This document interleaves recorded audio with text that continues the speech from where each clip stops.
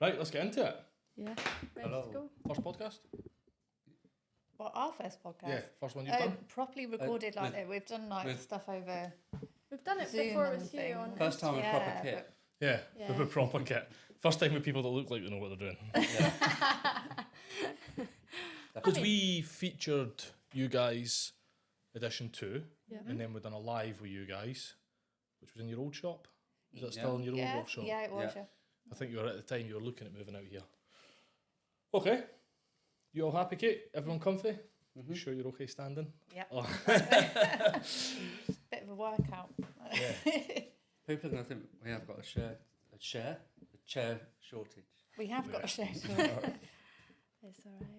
So, question 1, which I was going through this the other day. Oh, you're I'm going to not- start this every podcast now. I don't know what question to ask. Yeah, I'm not. So the inherent thing is that if you ask people who are Craig and Rebecca, who are Struthers watches, everyone will just explain who Struthers watches are. Okay. But who are you guys first? Oh, that's a good question. Yeah. Who are we? As in, I'm an elderly. I don't know. But Yeah, mere child, Craig. I think we're just interested, obviously, in using our hands to create things. We like old stuff. Yeah, we like old stuff. I think that's part of it, just like in antiques, rummaging through junk and just driving old things, or we used to. Just appreciation of things that you can't actually buy new anymore. Maybe that's part of it. Yeah. So we started out in restoration. So we do really love the old stuff. And we always kind of look back to look forward. Yeah. Whether it's your scooters, bikes, watches, old buildings, like doing that. Yeah. Doing stuff up. Driven by the past, I think, is a good thing. As much as I appreciate tech, I really don't know what I'm doing with it. So Yeah. I like analog. Having seen Craig try to send an email, I can vouch for that. A long day. It's one finger typing. I was in IT as well. Yeah. That's quite scary. In modern IT? It was more of your green screen text. Right. okay. Massive Unix. monitors. Yeah. Oh no, I think it was Microsoft. I don't know what the versions are. It was past 3.1. Right. I wouldn't know how old that is. It's pretty old. Sounds 90s, but I stopped in 2004. So you had a background in tech, IT. I was employed in it. Right. Right. That's Yeah. as good as it got. Right, okay. I like how you got the job. I can't remember. Oh yeah. So I did work for. I did lots of different jobs, and one of them was I did go to art school for a little bit, and I thought that would be something I could do. And being in London, the competition was really high, and again, at the time, the Apple Mac was just beginning to get popular with design studios, and I just had my little portfolio with some terrible drawings, and it just wasn't good enough. People kept saying, "Can you use a Mac?" And so I kind of realised I was pretty much out of the market. And then my dad's a policeman, or was, and he got me in the civil service, which at the time was like the worst thing for me, but it was a job. Right. And I used to draw all the time. Mm-hmm. And well, I think there was a new IT department just starting up, and they didn't really have a lot of work, and they just said, "Do you fancy joining us? You can carry on drawing if you want." So I was like, "That's perfect." Yeah. Yeah, there's not much to do, so you can just carry on drawing. And Perfect. it was like a sort of in-house help desk. They could just wander around chatting to people, Right. which is all I could really do, apart from switch it on and off again. the phone. The old Norwegian reset. Exactly. Yeah. So that was it really, drawing, and then it slowly got busy, and I kind of got embroiled in it, and I couldn't seem to get out. You know, you get used to a certain wage, and sort of I lived for the weekend. I wasn't bothered what I did in the week, and and then eventually that catches up with you, and you kind of think, I want to do something with my hands. This is just wasting my time. But it was very kind of them that let me draw. But it did get to the point that people calling you for advice and you more about the computers. Yeah, And they'd be basically telling me what to do, and I'd be like, I need to get out of this before you rumble. Before you get shocked, yeah. Yeah. Well, I kind of was in I moved to Birmingham from Essex, and then I don't know how I got into IT again. In fact, one of the jobs I went to the interview for, I got there was like a questionnaire thing on general IT, and I got the worst score they'd ever seen. But they still took me on, which was weird. And then, again, it was just a slow process of people realising I didn't know what I was doing. And that was it then. I just thought, I need to go back to the careers office at 34, which I think a lot of people at 34 think it's too late. Yeah. But I went to the careers office and was putting in things like drawing, design, this is what I want to do. And IT came back again, which was really annoying. Yeah, I know. And then horology came up, which I didn't really know what it meant. And then it said watchmaking. I think you said this before. Sort of picture someone in a shoe repairer's fitting batteries. Yeah. And so it's a 3-year course, so that kind of intrigued me. I said 3 years to learn that. That can't be right. And then that sparks interest in itself. totally. And then I think there's a little more of a write up on making, and then I thought, actually, this could be something. So I couldn't get on the first year's course, and then I got another job. This was just to bide my time until I could start uni in mortgage sales, which was even worse for me than IT, to be honest, because I'm terrible at maths. And I did the interview over the phone with a calculator, so that helped. But when I was there, I was pretty useless at that as well. Just numbers, and I was just confused. But it was only, I think it's 6 months maybe, or was it a year? And then, so all I was thinking was getting to this college course, and that was it really. Once I started that, I think within the first week, I thought, this is for me. Amazing. And how about yourself, Rebecca? Really boring in comparison to Craig. So I was a bit of a school rebel dropout. I've never really been any good at knowing what's right for me, but I've always had a really strong instinct in what's wrong. And I went to a really academic school, and it was all about pushing for sciences and stuff. So I was quite creative. I loved art, I loved design technology. But it was all about, if you want to be successful in life, you've got to be a lawyer, you've got to be a scientist, you've got to go for one of the big jobs. And so I did all sciences for my A-levels, and I just hated it. Absolutely hated it. I love science, but I just hated the situation at school. Yeah. And I thought, sod it. And I was an air cadet at the time. One of the cadet leaders was a jeweller, and he was like, oh, you've got a school of jewellery down the road from you in Birmingham. You should go and check it out. You can make stuff. And I did, and I fell in love with the building. It's this massive, you go in, it's just a huge atrium, isn't it? Mm-hmm. With big glass roof, and then you look up and there's like layers and layers going up with different workshops and people making stuff. And I just thought, this place is cool.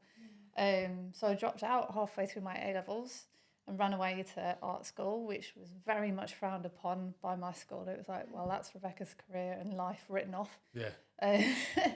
So I remember one of my teachers actually, my AS grades came in, and she was like, Rebecca, you've actually got good grades. Are you sure you're doing the right thing? Like, as in, this was it. I was just giving up. It's strange that, it's like, you've got good grades. Are you sure that going to an art school is the right thing for you? You should be doing X, Y, Z.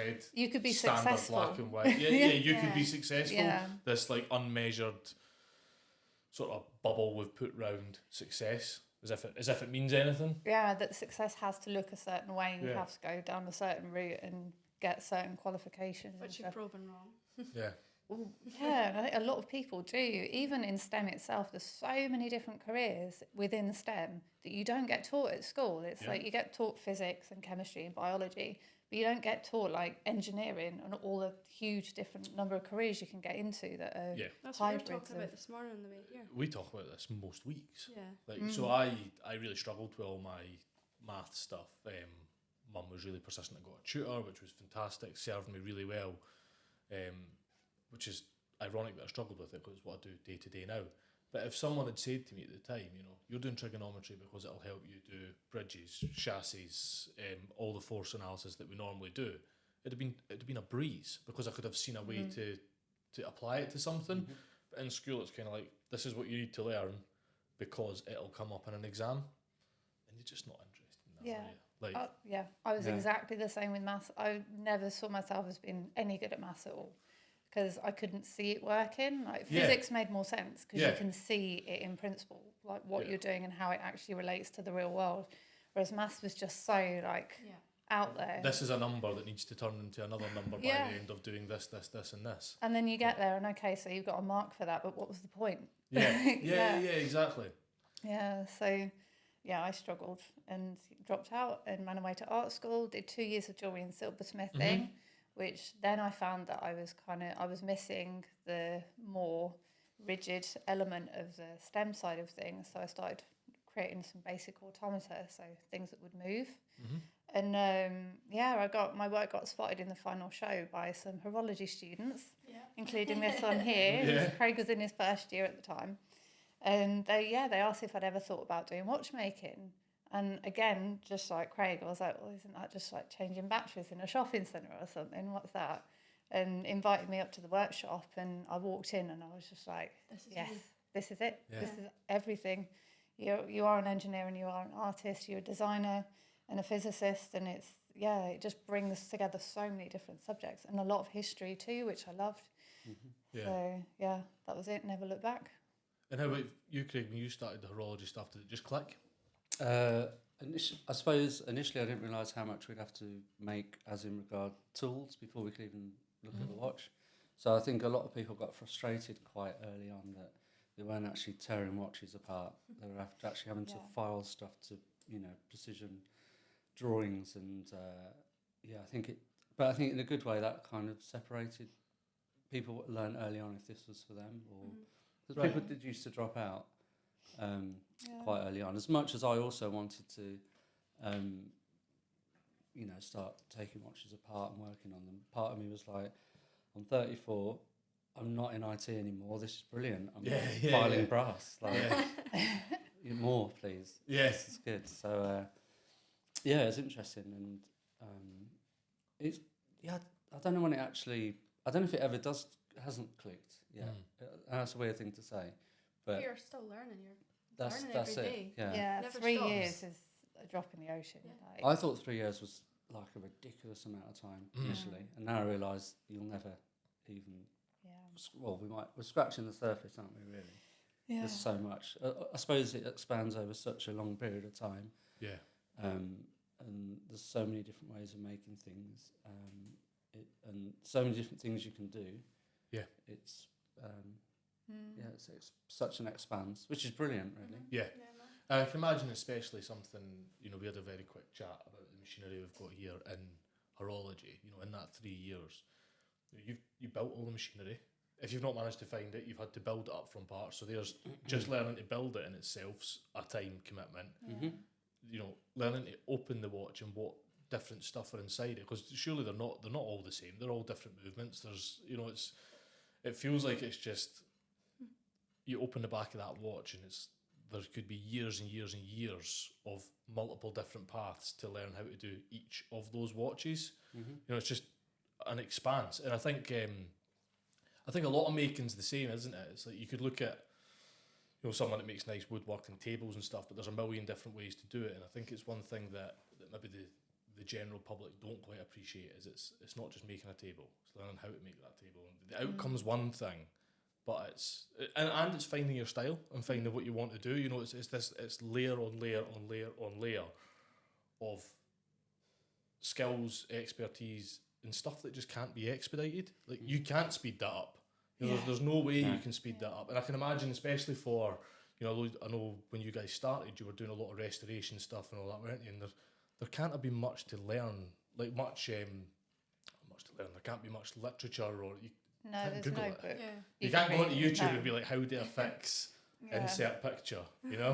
There's a few.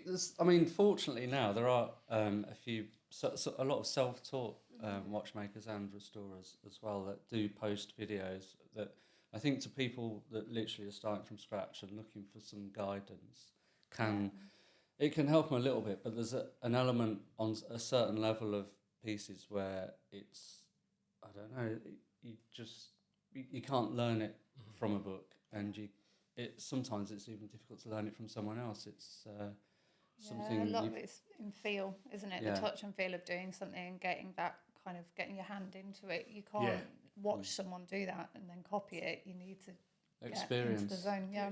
Mistakes. You've made mistakes over the years, and you've obviously learnt from them. And which is a good thing. Like, always make mistakes and learn from them. I suspect it's the same in a lot of different crafts as well. There are quite a few people who enter it from restoration, and I think it can be really beneficial because you get, through handling hundreds of years of other people doing stuff, you get to see so many different ways of doing things that can then inform your own way of doing things. Yep.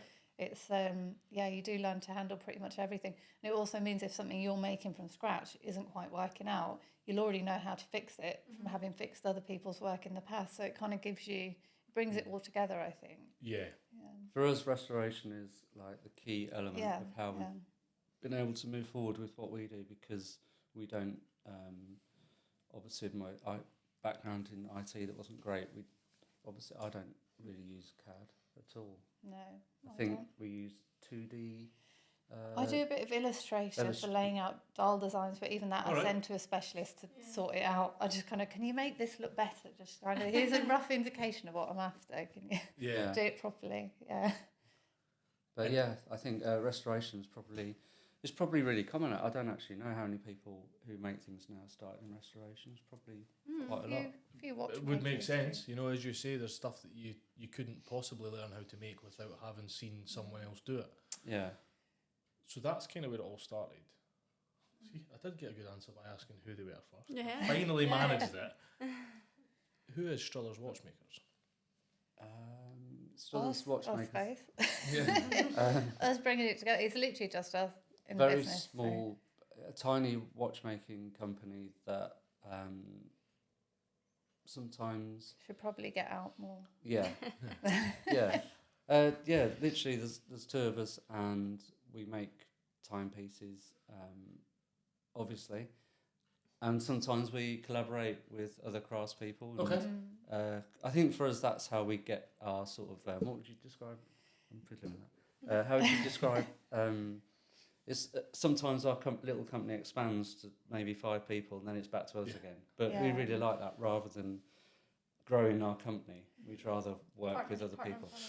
Yeah. So that's something that let's segue and talk about that just now, because I think that is something quite important. You know, we don't employ full-time Tyrone or Lisa, but we couldn't do this without Tyrone and Lisa. You know, various people we've lent on for help in various areas. You know, obviously paid, not just lent on them for help, but that you need that.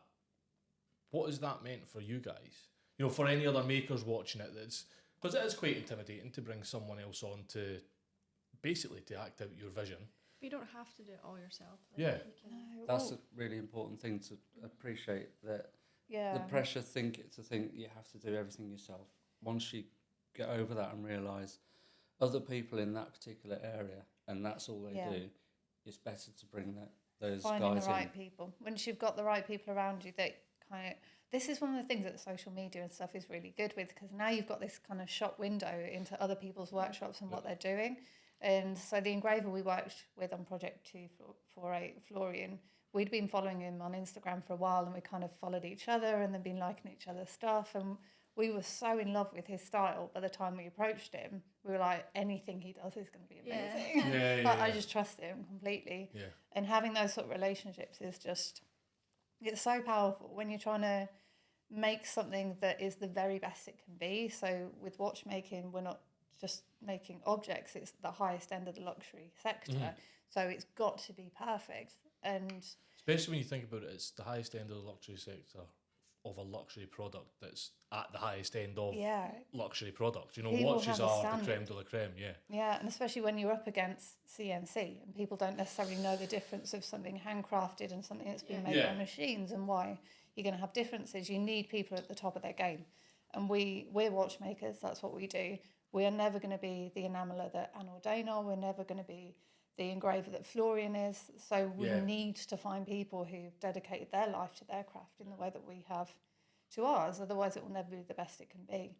So I think restoration, I think, helped with this, because that's how the industry used to be. I think in watchmaking over the last maybe few decades, do you reckon, there's been this kind of thing about the independent watchmaker off the back of George Daniels, people thinking that the way it's always been done is one little old man hunched over his bench making everything himself. And that's It's very been romantic, that though, Yeah. isn't it? It makes for a good like video Yeah. piece or a good picture, you know. I get the appeal of it, but I quite like the romance of finding other people to work with, and that's how it was actually done traditionally. George Daniels was a one-off. Yeah. Like, he wasn't normal. He's brilliant. He wasn't normal.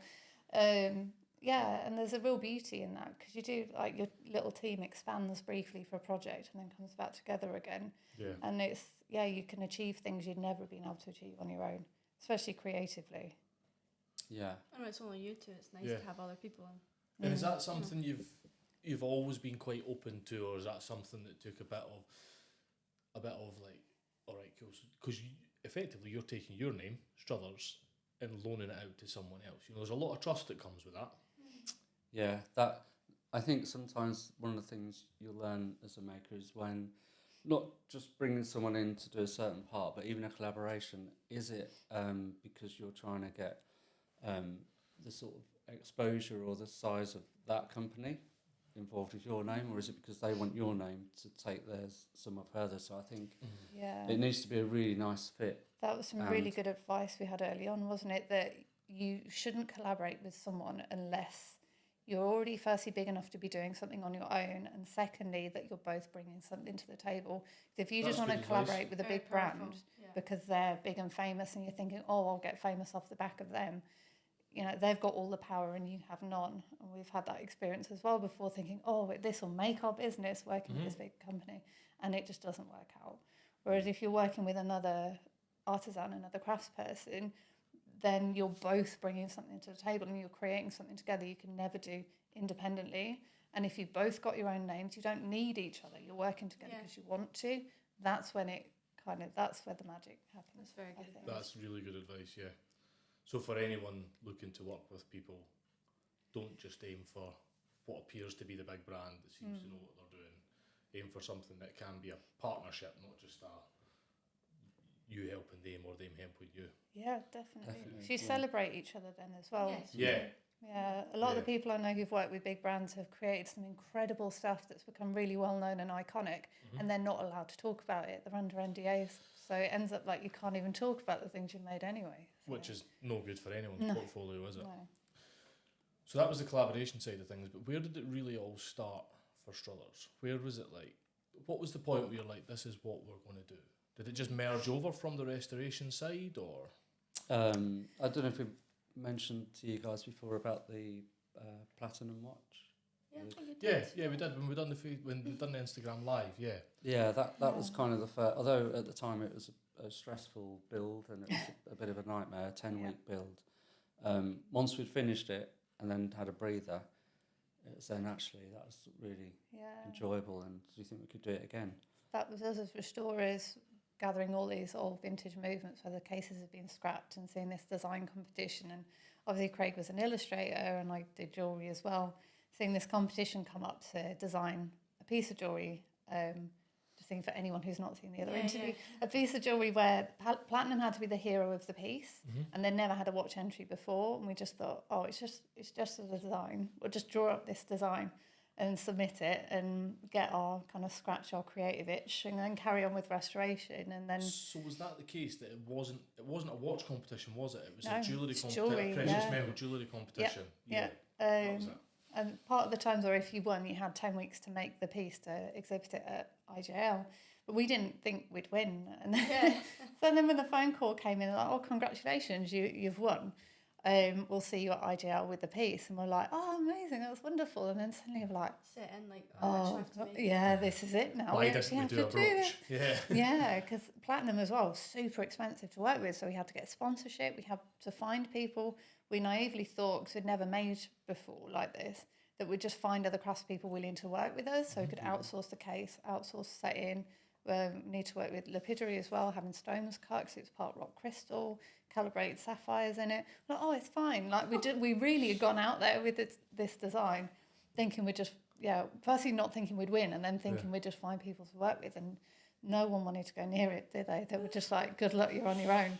I but think a brilliant sort of first baptism of fire.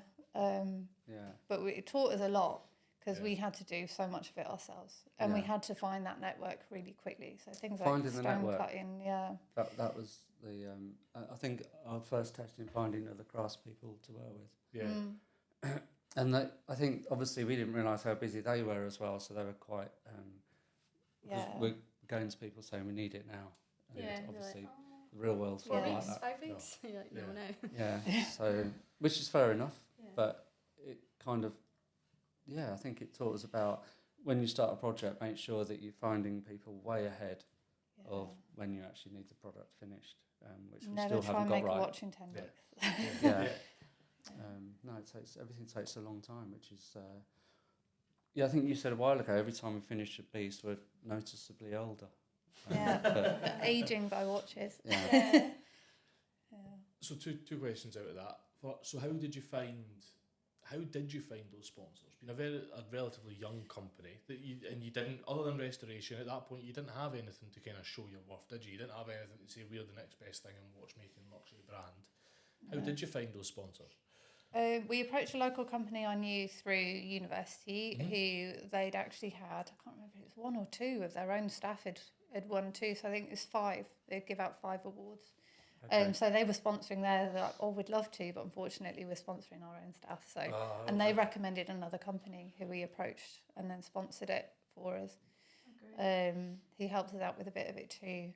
With things like it had to be platinum ruthenium, which is a platinum alloy. It's the only platinum alloy that's non-magnetic. So that's another thing with watch case. You've got to think about your alloys to make sure you're working with the right things for watches. But it's also the hardest platinum alloy there is. So it's really, really hard to wear. Yeah. It's the hardest alloy, the hardest precious metal.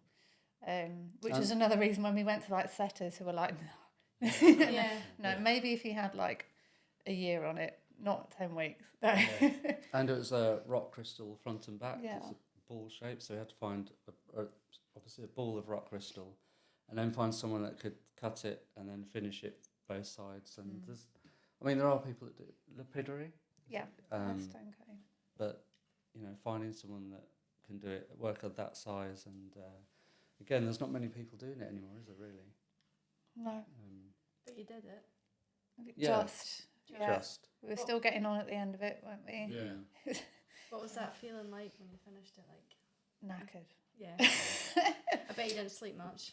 No. I look back on the photos now of that award ceremony, and I'm there stood next to this like 6-foot model wearing our piece, and she's just beautiful and elegant and a model, and I'm just like this sweaty mess with hair across her face. We just rushed down on the train having literally just finished this watch as we were leaving the workshop, and I'm like, I make it stop. The interesting thing from that show though, it's a jewellery show, and it was really exciting, and we felt really like we'd actually achieved something really good. We're just running on adrenaline and champagne, I think, by that point. Which was good. But I think there was a couple of people from the watch press turned up to sort of look at it and say, this is really interesting. So that was really good, actually. I think that the fact they showed an interest and you amazed you did it. There are probably people thinking like, nah, that's not going to happen, but actually you did it.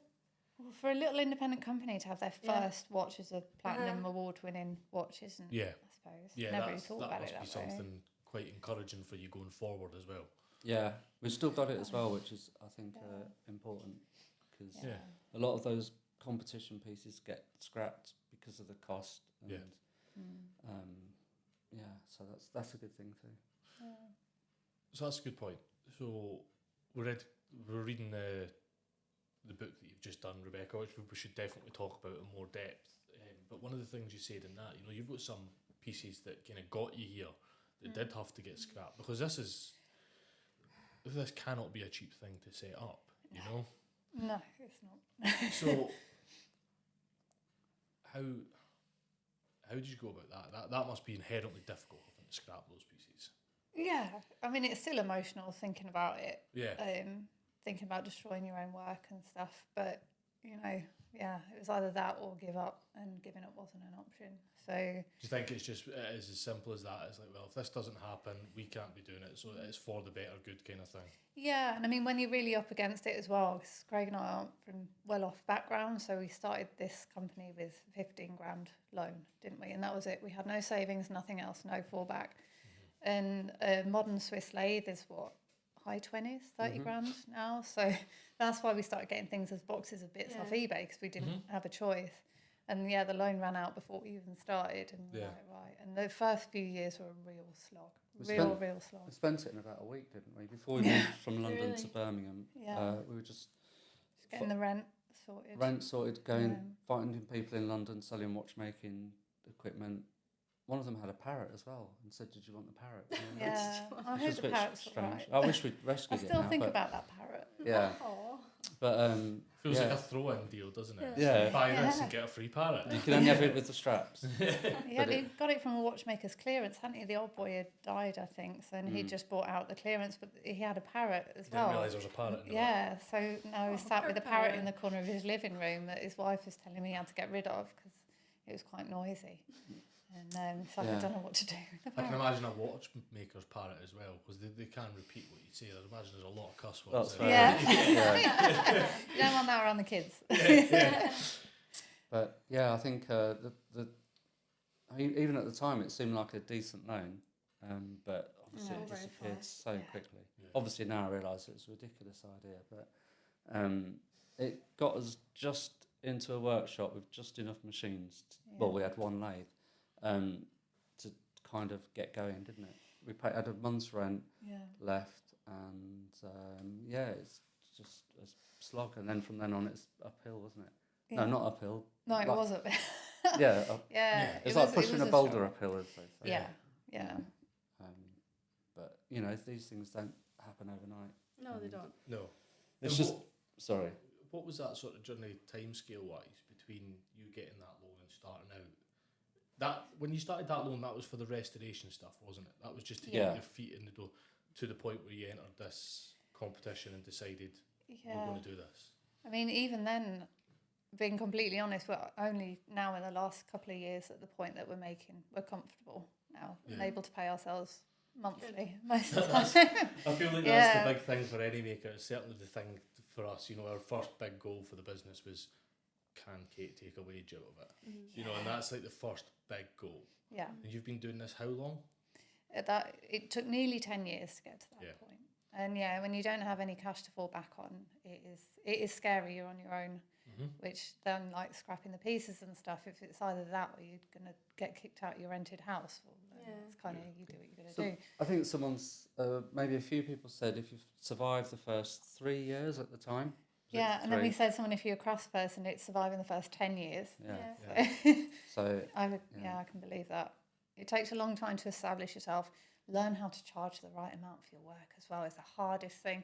But we went through a point where I think it's when I got paid for my book and we stopped drawing a wage from the business for a while just to kind of put more money back into the business.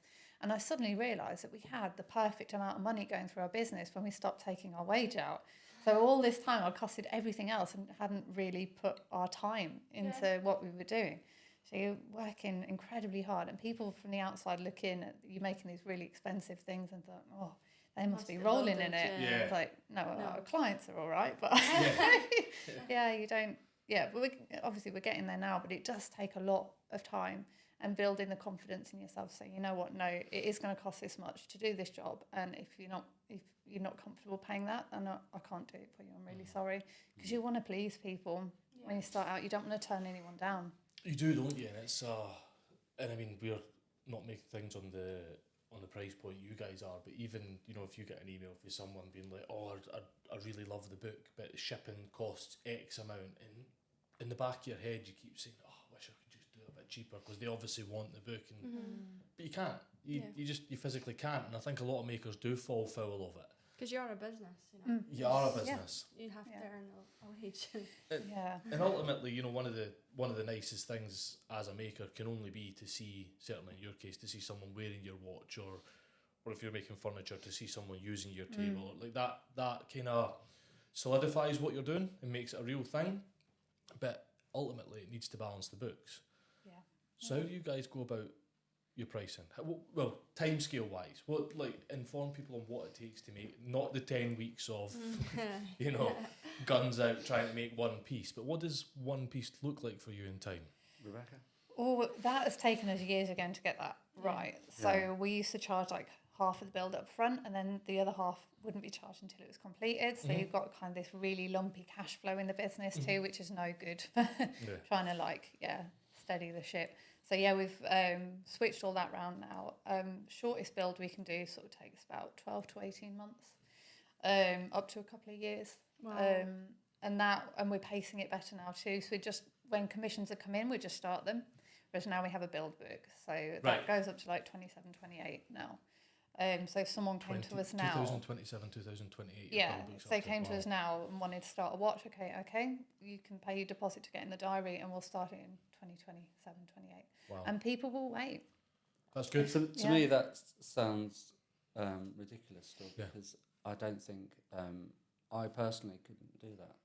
Yeah. I can't wait that long, which is strange, but then I only like things that are old that you can't kind of get now. But people do. I mean, there's a few independent watch companies that have 10, 15 year waiting lists, and people wait.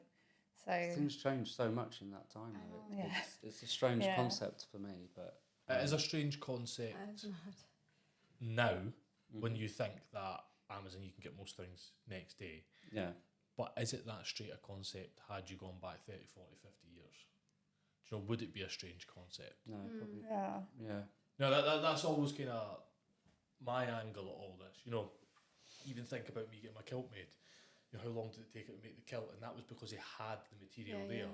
Had you gone back, you know, and ordered custom material and all the rest of it, and the weaver had to fit that in, then you could have been looking 3-4 years to get your kilt done. Or you could have been looking for, you know, multiple products would have been the same. You look at traditionally coach-built cars. Yeah. You know, there's stories of people waiting 8 and 10 years for a coach-built body to fit like an old Porsche or something like that. And that just is what it is. If you really want it, you wait, I suppose. Yeah, but we all seem true. to be so desensitized because, I mean, some stuff on Amazon you can get quicker than 12 hours. Yeah. You know? You can get same day delivery. Yeah. It just feels very strange. It does feel very strange. Yeah. I suppose it's different for us because we're in it and making it, and we We're not our don't clients. and we don't have enough time. So to us, it's like we're not waiting for anything. Everything's we want more. Obviously, we want more years. We want to be able to stop it. Actually, freeze everything, freeze time, make for a couple of years, and then catch up, and then start it up again. So the thought of someone waiting that long is like the opposite of us working. If that makes sense. It is hard because you're not in the same market as your clients, so you don't know what they expect either. So we have different visions of what we think we'd be willing to sort of wait for, because we're not in that. Maybe one day if the watches do really well.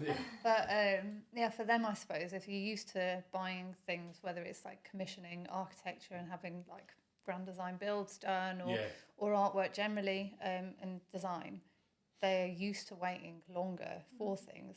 So it's a bit like going to a restaurant when your food comes too quickly. When things come too quickly and it's supposed to be a beautiful, artisanally crafted, rare thing, and you can have it delivered in 6 weeks. Yeah. Or that's a really good point. Yeah, that's a really good point. That time and that, do you know, if I was spending the money that you guys command for your watches, and rightfully so command for your watches, and hearing that, we can get that started next week, I'd be a bit like, Really?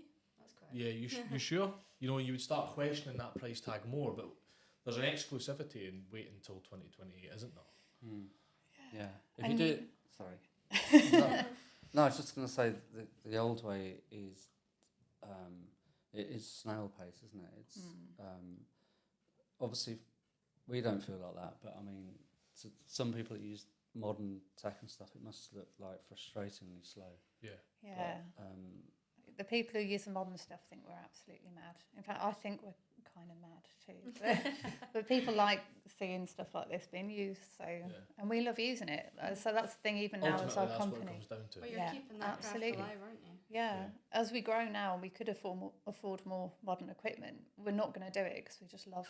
Yeah. Now it's just part of how we work, and we won't change it. So this is again one of my big passions with the We Are Makers side, where Kate's always concentrating on getting makers recognised. One of mine is the skill set side of things, because like, if you guys weren't doing this, who's filling your place on making this? Because it only takes 1 or 2 generations for that skill set to be completely lost. Because like you said, you can't just search a video on how to make this stuff. You need to be able to do it, and always hark back to the sort of Glasgow shipyard thing, you know, like, because there wasn't people doing it, there's nobody to train the next generation of people doing it, or the generation 3 or 4 down the line from doing it. So there's a bit of a, not an onus, but a bit of a sort of stewardship of the craft as well. Is that something that you guys kind of affiliate with and feel the stewardship of making it by hand? Is that maybe what puts you off of doing the modern CNC tech? I think we just love working in this way. We're not techie, as you gathered when you were setting this up, and it was like a spaceship had landed in our shop. We love old machines. No, we wouldn't get the same passion out of it if we weren't getting our hands oily and swarthy. Making stuff. They can be. I mean, they've all got idiosyncrasies and they've all got limitations, but you kind of learn where you could probably adjust something that was, you know, brand new bit of kit.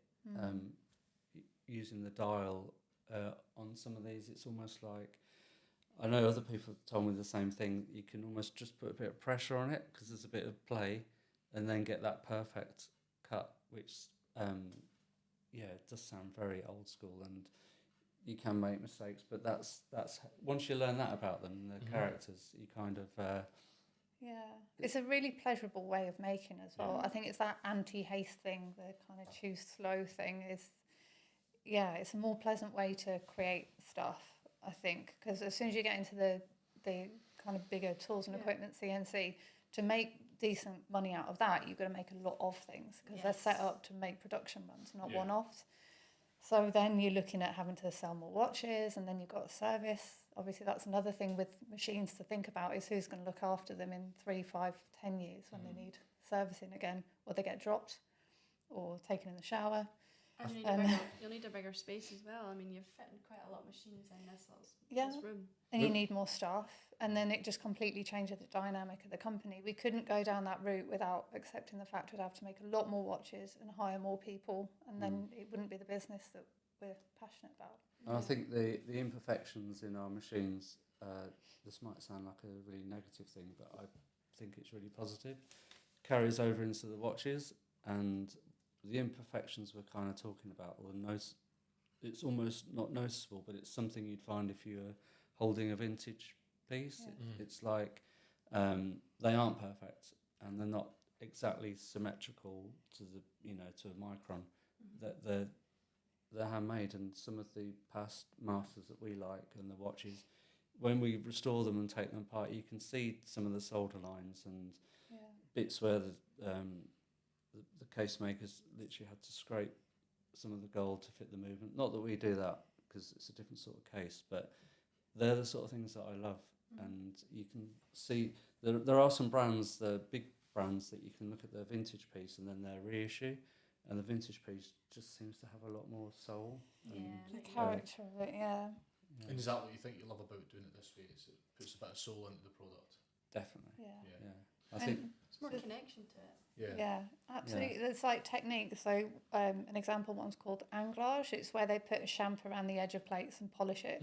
So you might get a straight grain or a frosted grain next to this highly polished edge where they just take the corner off. And you can do that in a machine. CNC can do that. But it's a perfect flat edge, perfectly polished. Whereas when you do it by hand, it slightly rounds the edge.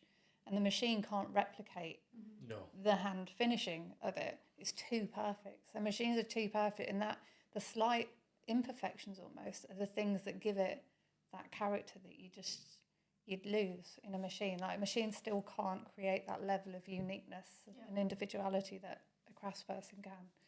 I'm sure that you need AI for that, which is different worrying development. But I think when we were talking about the business not growing as well, I think I like the fact that the name on the dial is literally just me and Rebecca, and that's who made the watch.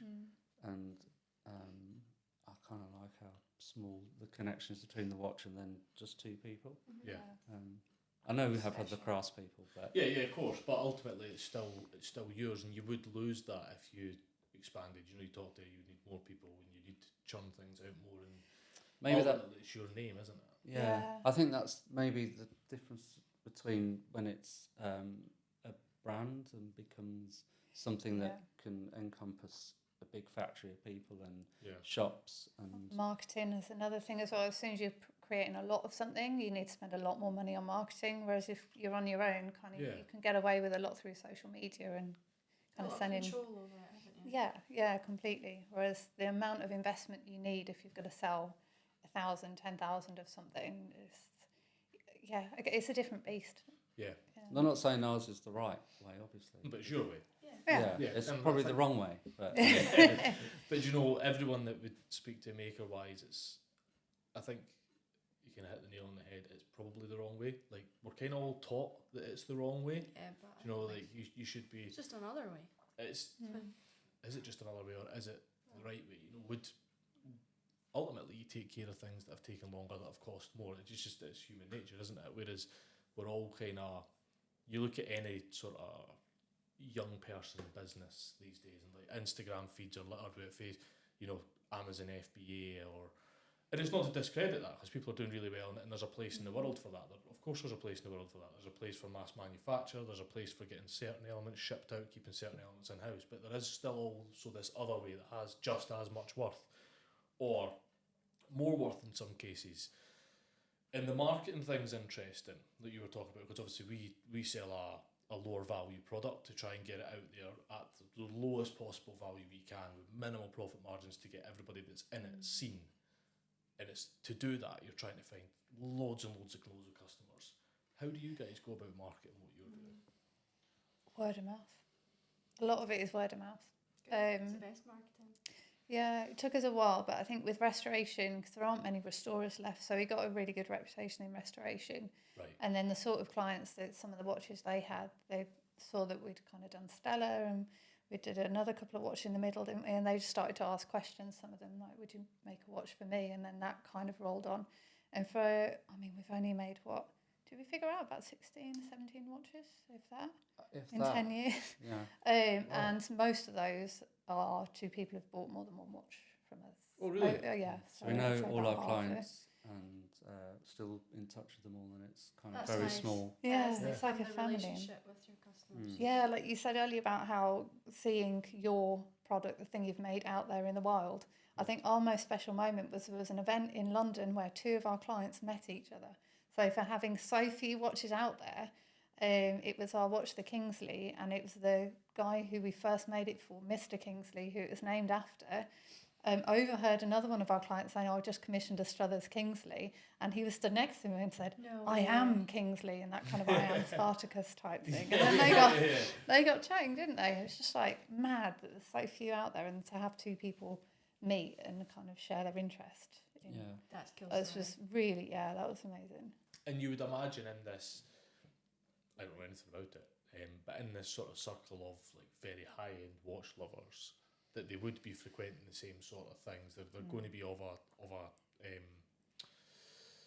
a social standing, and they're going to be going to the same sort of events. They're not going to be the kind of guys that are like miles apart. You know, they're all going to, I'd imagine most of your business all in the UK? Are they all from that sort of same world, or are they all over the place? No, they're kind of all over the place, aren't they? Within the UK. Quite random. I mean, the watch geek world is even all over the world. We kind of follow the same sort of social media, use the same hashtags and stuff. So it's not hard to connect with people internationally within that market, because it's still small. I mean, across the world, it's still a tiny market. And because we don't make many pieces, we're now down to making 2 to 3 watches a year going forward, instead of making many at the same time. We learnt that mistake the hard way too.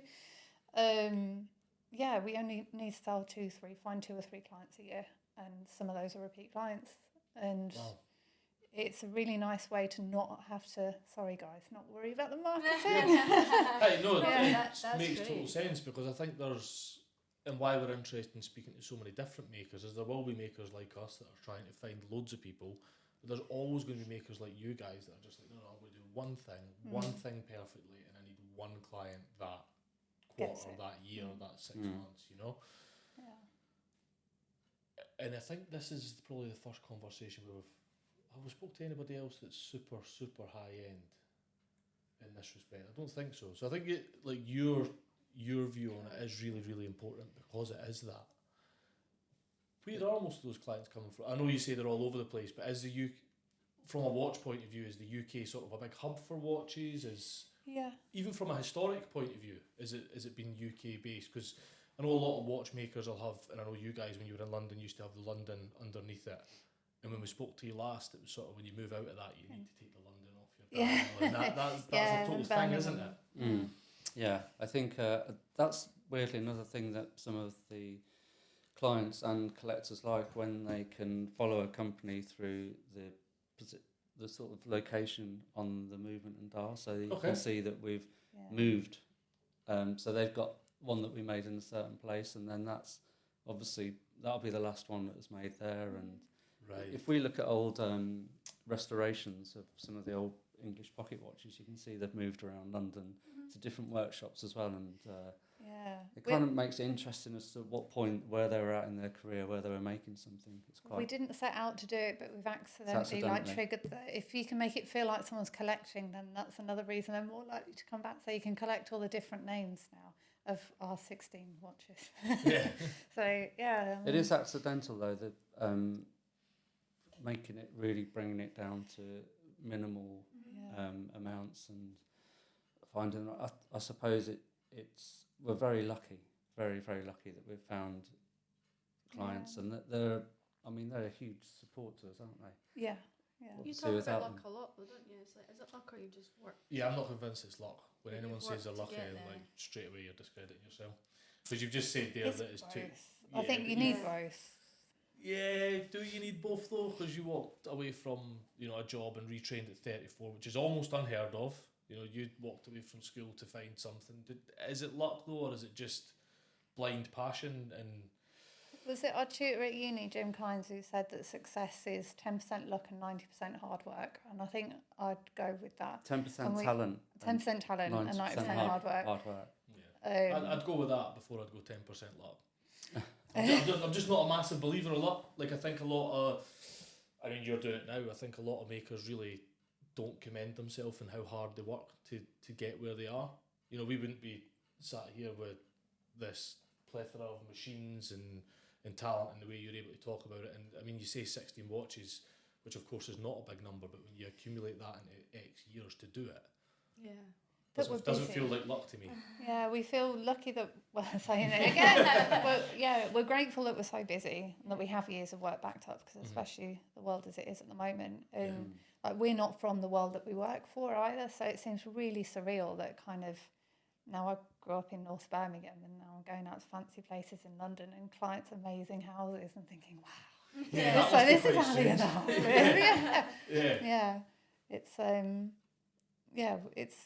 I don't know how we kind of found our way into this, but I think that's the luck side of things is that we went too deep. There's no way out. That we found that competition, that we even knew that it was going on. That was lucky. That was just sheer luck, because we might not have heard about that, and that started the journey. So these little kind of things that might not have happened, us meeting each other, that was lucky. It shows you should just enter. Sometimes you think, I'm never going to win, I'm not going to bother. But then again, you never know. Well, you miss 100% of the shots you don't take. It's if you hadn't tried it, would you be sat here? And that's a huge thing in itself, isn't it? If you hadn't decided that I'm going to get shopped from IT because I don't really know what I'm doing, would you be sat here? I think we said before, didn't we, about the whole new makers thinking of an idea and they want to do something is probably shocking when they actually try and start to do what they thought was sitting at a bench making, and the reality of the hours and everything can be the real thing that stops them being able to move forward. Having a budget behind you to do it, so when you're not actually making and selling your products, you can survive. I know you didn't just ask me that, but it's a very worthwhile thing to talk about. And how did you guys go about that? Because a lot of people, and we've done similar. We've talked about it loads. A lot of people will work part-time and do the job part-time. We made the decision that I would continue to work full-time as long as you would do this full-time to try and balance that. How did you guys go about balancing it? That's a really good Foolish point. again. Yeah. No, it's a really good point, because we're looking at other makers thinking, obviously, you can be a maker and be really successful, and then it wasn't until we actually get to meet them and know other makers that you realise they have their partner brings in a decent wage, or they subsidise it, and then you begin to, because you see their beautiful website and these incredible things they make. No, this is no disrespect to them, obviously. No, of course not. You don't realise, you don't actually think, it doesn't connect that actually they're struggling to do this amazing thing and live. And It's not the romantic bit of the story of the struggling artist, is it, when you admit that actually your wife's a really successful whatever and bringing in a really good amount of money, so you've been able to spend the last few years working and not worrying about a wage. Yeah. It's not part of the struggle, I suppose. So, that was part of your breaking your scrapping Rebecca's things, selling watches we'd collected. Yeah. To sort of subsidise it. And that's one of the things that really came apparent and we will get to talking more about your book, but that came apparent in that first, 10, 15, 20 pages of the book there is a lot of your own personal collection or collection of past work had to go just to get this off the ground. Yeah, I mean, that was a funny one with when I was writing the book. I think, again, people have a very different image of who you are, knowing what you do, than the reality of it. And working with my publisher, thinking, like, have you got any things that you've had from your family that have been in your family for generations, like beautiful watches or jewellery or anything like that? And I'm like, no, I'm not from that sort of family. Yeah. No, you must have something. There must be. No. Literally, I don't have much from family gone by, let alone anything that we had when we started out. It all had to go, didn't it, really? We got quite minimal at one point. We had the cat. She stuck with us through it all. I think it's all part of it, though, really. That's what's so amazing to hear people's stories, because people already have this image of what they think you've done and how you are, but actually you're not, completely different. Yeah, I'm well aware that social media has got a wicked filter over it whenever you're looking at people's stuff. And actually one of the most interesting ones was Capitalist Distillery. Barney at Capitalist Distillery, and it's like he's a wicked good photographer. The way he'd shot his stills and the work that he was doing made it look like he was in a beautiful spot, and it's a shed down the bottom of the garden. So and he was very much like, look, it is just a shed down the bottom of the garden, and he totally embraced that. But from a brand communication point of view, it looked on point. I love stuff like that, though. That's really cool. And I wish that certainly younger makers and new makers coming into the scene, I wish that and I hope that, especially through doing things like this and having conversations and long form conversations with people like yourself, that they realise that it is okay to say this is really difficult, because it is really difficult. Or that I'm still 5 years in and I'm getting nowhere. Well, in the next 5 years or the next few years, it could all change. All your hard work you've done, it will pay off. Absolutely. That's something I feel really strongly about, because I see a lot of young makers coming into this, seeing like the big successful independent watchmakers, thinking, I want to be like them. And within a couple of years, they've folded and they've given up. And I think it's because we don't talk about this enough, that they just see the sunshine and roses view. They don't realise that it's going to be really hard, and it is going to be a slog, and it's going to take years. And unless you've got money behind you from somewhere, a partner who's bringing in good cash that you can live off, try and make sure you've got something else going on to support you, because doing it the way we did, we'd do it differently if we had our time again. Right. I think one of us would have at least had a part-time job, because we went all in together, no other income from anywhere, nothing. And that was really, really hard. So do you think you'd be where you were, though, if one of you did take a part-time job? Possibly. It's a hard question, really, isn't it? It's hard. Yeah, it's hard to know. I think. And I think the important part of that question is, I don't think there is a right or wrong answer. No. I don't want to put people off either, though. I mean, if you've got Exactly. I don't want to put anyone off, but I also don't want to give unreal expectations, because that puts people off when they haven't made it within the first year, 2 years, and they're still really struggling to make ends meet. To know that is normal. That's actually, you're not doing anything wrong. And that's why it's important to make sure you've got something to back you up somehow, because it's normal to take a long time it takes a long time to learn the skills. So you're not going to make your business work within a few years if you're... The business bit is the other skill, isn't it? Oh gosh, it's a skill. It's like it's totally separate. I feel sometimes like that's even just doing the business books and stuff. Like not everyone knows how to do that, and that you're having to learn that as well as learning your craft or year-end accounts, VAT returns. They're the hard bits, I'd say. Yeah, I think definitely I'd probably have been the same as a young maker leaving uni or just getting into creating something that you just think, all I need to do is make this and sell it to someone. And the bigger picture is so complicated. Yeah. And it's even just having the right relationship with clients, the sort of legal side of things. Finding the right clients as well, not taking in any job. Knowing when to say no.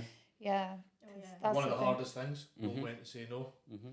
When you're kind of at that end of the market too, like you're literally like this little amoeba swimming with sharks. So if you get on the wrong side of anyone and you don't do anything right, you're nothing. And it can be quite nerve-wracking, can't it, trying to get that balance right. You're very aware that you're kind of down here on the food chain and you're working with these people. But getting that right, finding the right clients, because we're really lucky. By and large, we have found some of the most incredibly lovely, supportive people who have been such a pleasure to work with. A lot of that initially was luck. That really is luck, because you don't always know who you're working with, and when you're desperate for cash and someone's offered you a large amount of money to make them something, you want to go for it, and then it's whether or not they are a nice person and they're going to be gentle with you, or they're going to be like, right, no. So especially if you've done, exactly as you guys have done, and you've put all on the line, and someone's offering you a big lump of cash to do, like, I don't know if it was the Kingsley one, but like, say for example it was the Kingsley one, and he's offered you a lump of cash to commission a watch strictly for him, and you're at a point where it's all well and good being romantic, but we all have to be realistic. There is rent, there is mortgages, there is electricity, which keeps going up and up and up and up. There's all these things that we have to pay. So when money does come in the door, you do have to take it. And maybe that's where I would bend my luck rule, and I could say, you have to be lucky, because if you have to take it, you have to take it. And if that client had been an absolute nightmare, and ultimately that could end you, couldn't it? Especially in a market where you're only dealing with so many individual people. Yeah, absolutely. When you're making so few pieces, one of them going wrong is quite scary. So I mean, we're at the point now that we're okay, we're managing that, we're comfortable. But it was luck for a lot of that middle time that we just had good people around us, because I thought we've survived this long and not been eaten. And how do you so certainly with the price tag that your products are going out there, like, they do have to be, I reserve on using the word perfect, they obviously do have to be perfect, but perfect, that endless chase, isn't it? Where is your mark of perfection? Where is your mark where you're like, this can go out, I know that it's going to be a great representation of what you paid, a great representation of your name. You're quite special in the fact that your name is on it, like a lot of makers, without ending up spending years and years and years chasing that perfection and actually realising, I might have got that lump of money, but it's taken me 3 years to do that and I've still made nothing, No, that's another problem, to be honest. Knowing when it's, I think for me it's never good enough, if I'm really honest. So I just have to accept Rebecca saying I'm the one it's like, beautiful. we need to move on. There's nothing wrong with it. Next, So you've got to allow yourself space to learn as well. Sometimes you've got to move on from a project. Experiment. Keep experimenting. Try something new. Because you're never going to, like, when you've just, like, the first 248 watches we've made, they're basically like our school watches. So this is the first time we've ever put together this set of skills to make what we have done. And because of that, it will be the first, and it will be ours, and it will be literally our heart and soul has gone into this. But it's never going to be perfect, because we've been learning as we've done it. But that's a really important part of its story and its process. But then again, you've got clients who really love that because they're following your journey, and this is like a little capsule from your journey that will never happen again. And you do kind of see things almost get too perfect in the end, and then you lose the maker in them, whereas you've still got the maker if you've got that hand. Just like you were saying, Craig, with people sort of following your journey, isn't it? That if they've got this at, point A, they know that set of years took it to point A, and then they see the progress to point B when they've bought their next watch, isn't it? Yeah, and I think in the past I've been sort of a bit looking at stuff we made 6-7 years ago. Kind of a bit, I wonder how not because we obviously progressed so much, you kind of look back on it thinking, we wouldn't have done it like that, or that's not quite good enough. But weirdly, I kind of like it now. But I was sort of worried about it sort of being really, unusually not bad, but because we've progressed so much, you'd be a bit embarrassed by the work or whatever. But fortunately, I've kind of looked at it and thought, appreciated how we've grown, and obviously the client loves the piece, which is the most important thing. But yeah, it's that progress you can only trace really through maybe in smaller companies you can see it more. I always when we see makers or visit other watchmakers, love to hear about their first piece. I'm really interested, more so sometimes than what they're doing now. The very first piece is always the bit I find the most interesting, I think. It's interesting, isn't it? It's like you sort of look at any, I mean, Land Rovers are quite a good example. You look at like a Mark 1, and then you kind of follow them through, and until we got to that sort of new bulbous Defender, it's like you can see visible progression in every single one. It's one of the things that when you got the newer Mini that I really liked about new Minis is you could still kind of see an old Mini in it. We rented a Lancia when we were in Italy, and I can tell you it is not a progression of the Lancia Delta.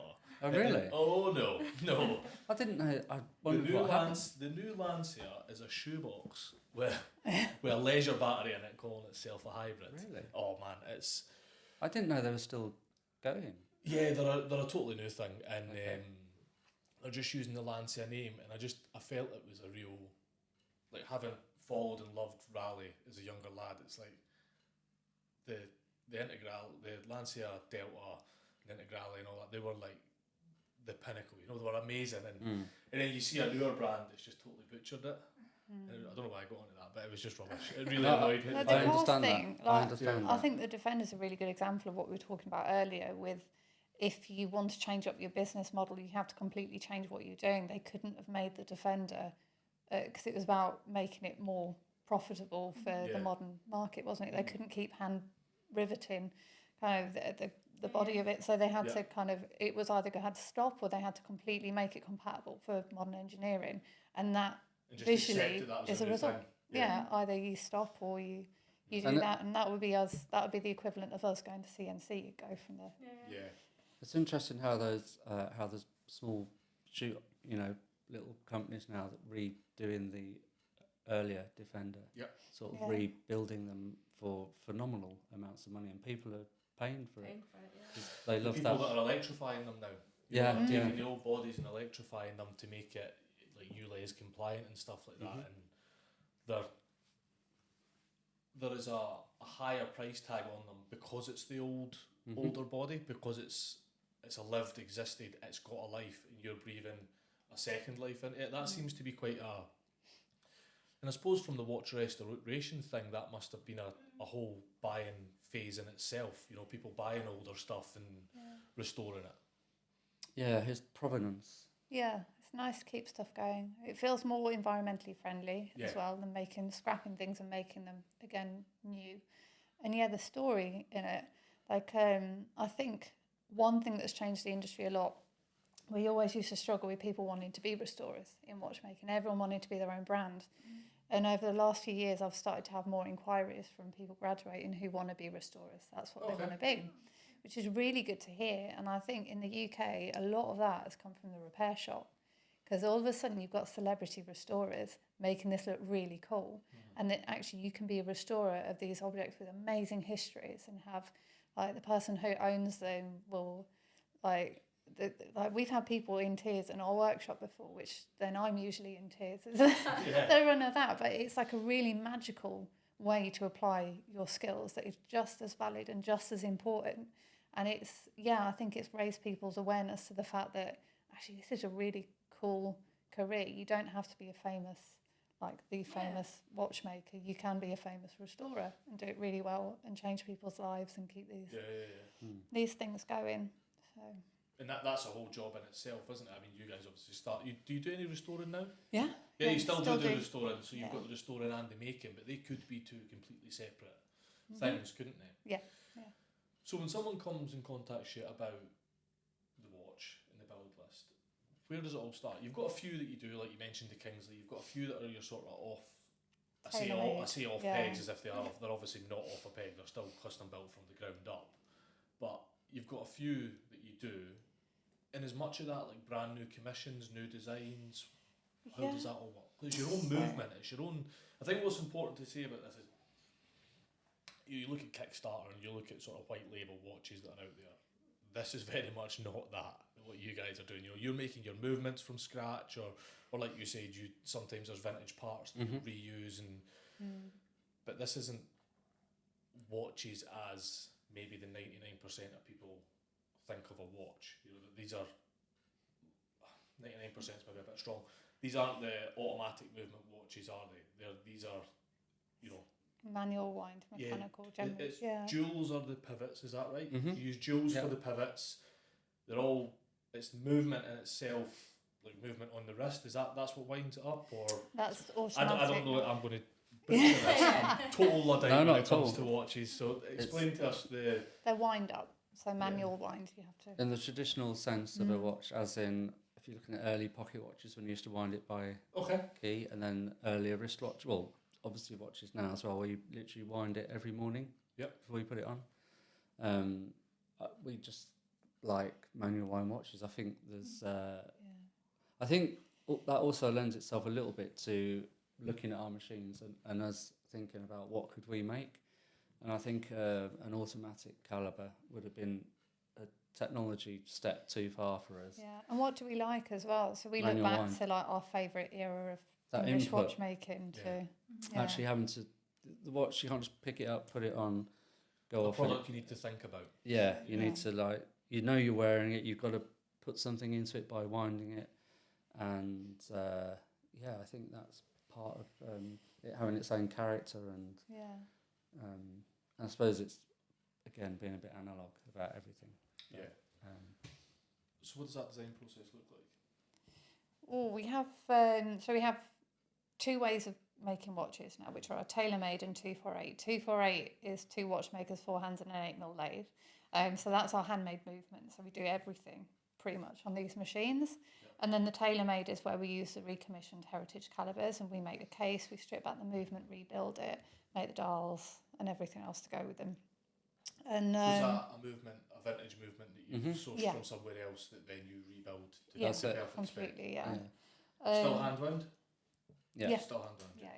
I think that's the other point that actually within that's interesting and maybe useful to other craftspeople is we used to early on, because Stella, our first watch, was a one-off. We kind of we started to get people wanting bespoke one-off watches, and at the time we thought, obviously you want the cash, you want the commission, so you want to do it, and then you soon realise that the bespoke one-off watches, every time you do it, you're starting again with a completely new idea. It's like a whole new project. So a lot goes into research and development, and if you only make one, you're never going to earn your R&D back. So it's like great to show your skills, but terrible for making money. And we were just stretched too thin with it as well. So we were still doing the restoration and servicing, and doing completely bespoke watches, and doing our tailor-made watches, and starting 248. And there's only two of us, so it was like there's just too much going on. So tailor-made. Yeah, tailor-made was our idea of having a blueprint watch. So you just had 3 models. It's I suppose it's the Kelso, which is a smaller ladies' watch, pocket watch, and a wristwatch, which gents or ladies, and that kind of simplified it, because even within that, they're kind of bespoke because none of them are exactly the same. You can't really swap the parts around. So even they're bespoke enough in that the client has enough choice. And obviously 248 will always be 248. 2 of us, 4 hands, and an 8mm lathe. And so 248 might evolve slightly over the next 10 years, but it'll still be 248. So we're trying to keep the limitations onto, but help us be able to produce them and not go too wild of each one, so it ends up a whole new company project on its own. Yeah, it's easy to get carried away. That's quite interesting, isn't it? Because when you're so passionate about doing what you're doing, which you guys very clearly are, as a lot of the makers we speak to are, you've found quite a nice way of limiting,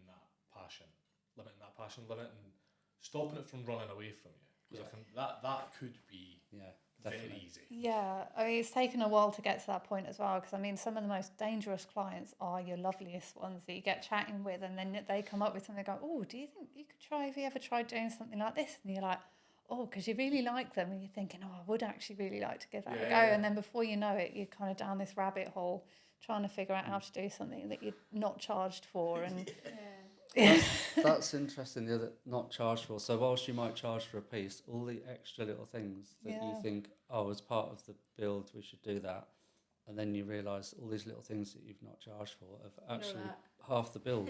And then I'm chronic for that. If I get an exciting design project, You're like, oh, I could maybe spend 5 hours on that bit, or whatever. Oh, I could do that, and they'd be really happy about it, and people would look at that, and people would talk about that a bit more, and then you're like, I've quoted 100 hours for a job, and I've just spent 5-8 hours on something I was interested in. I've just spent 5 to 8% over.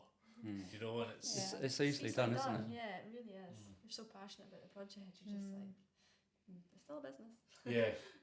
So having the 248 stops that. But what about the people that do want the private commissions and the private bills? Well, you have to very politely say no. I think now we've kind of found our niche.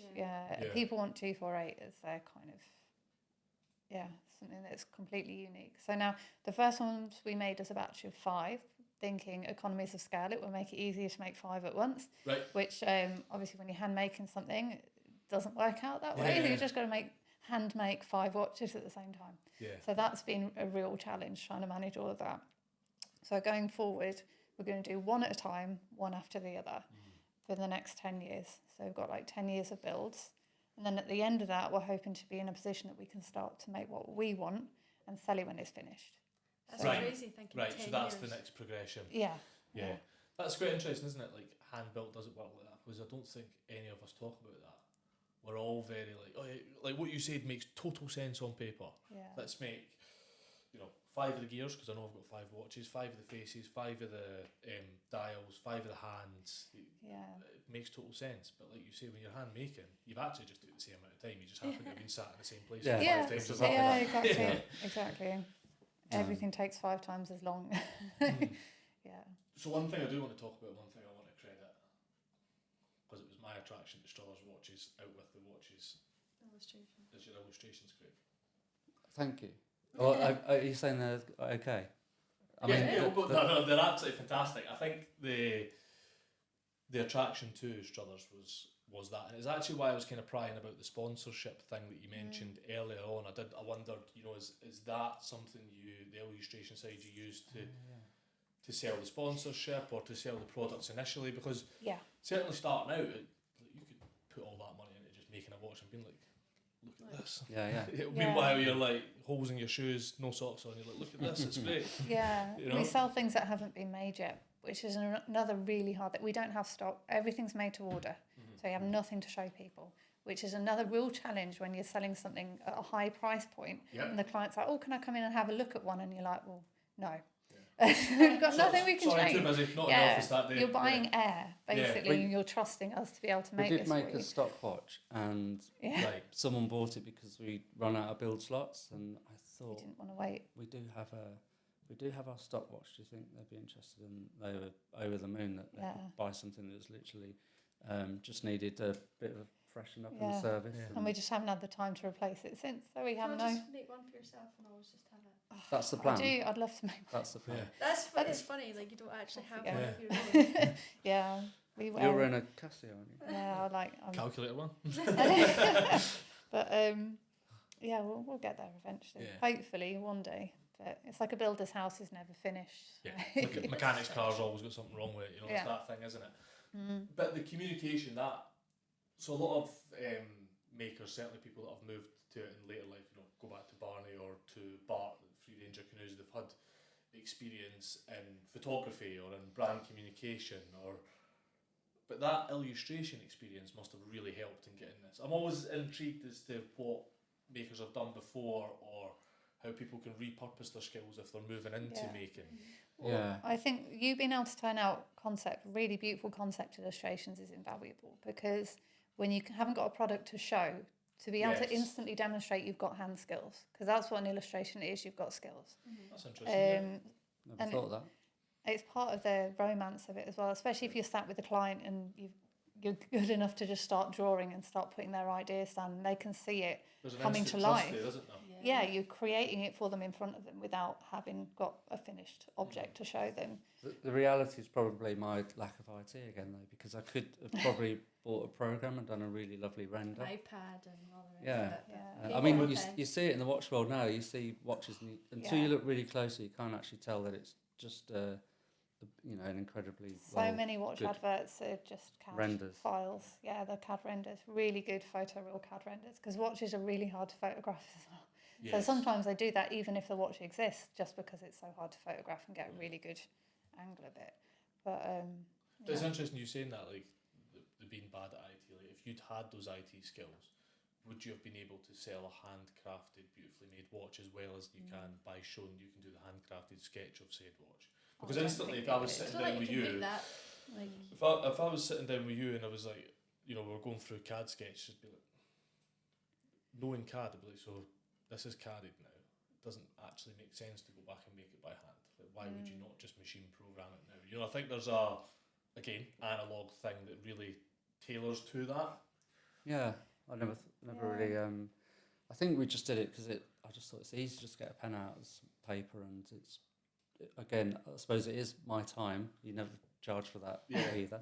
Although we do charge for the design now. We never used to, but it can take, especially if someone's not quite sure what they want and they want you a few things, and then before you know it, you spend hours doing different drawings, and you think You should be charging for Yeah. that. Yeah.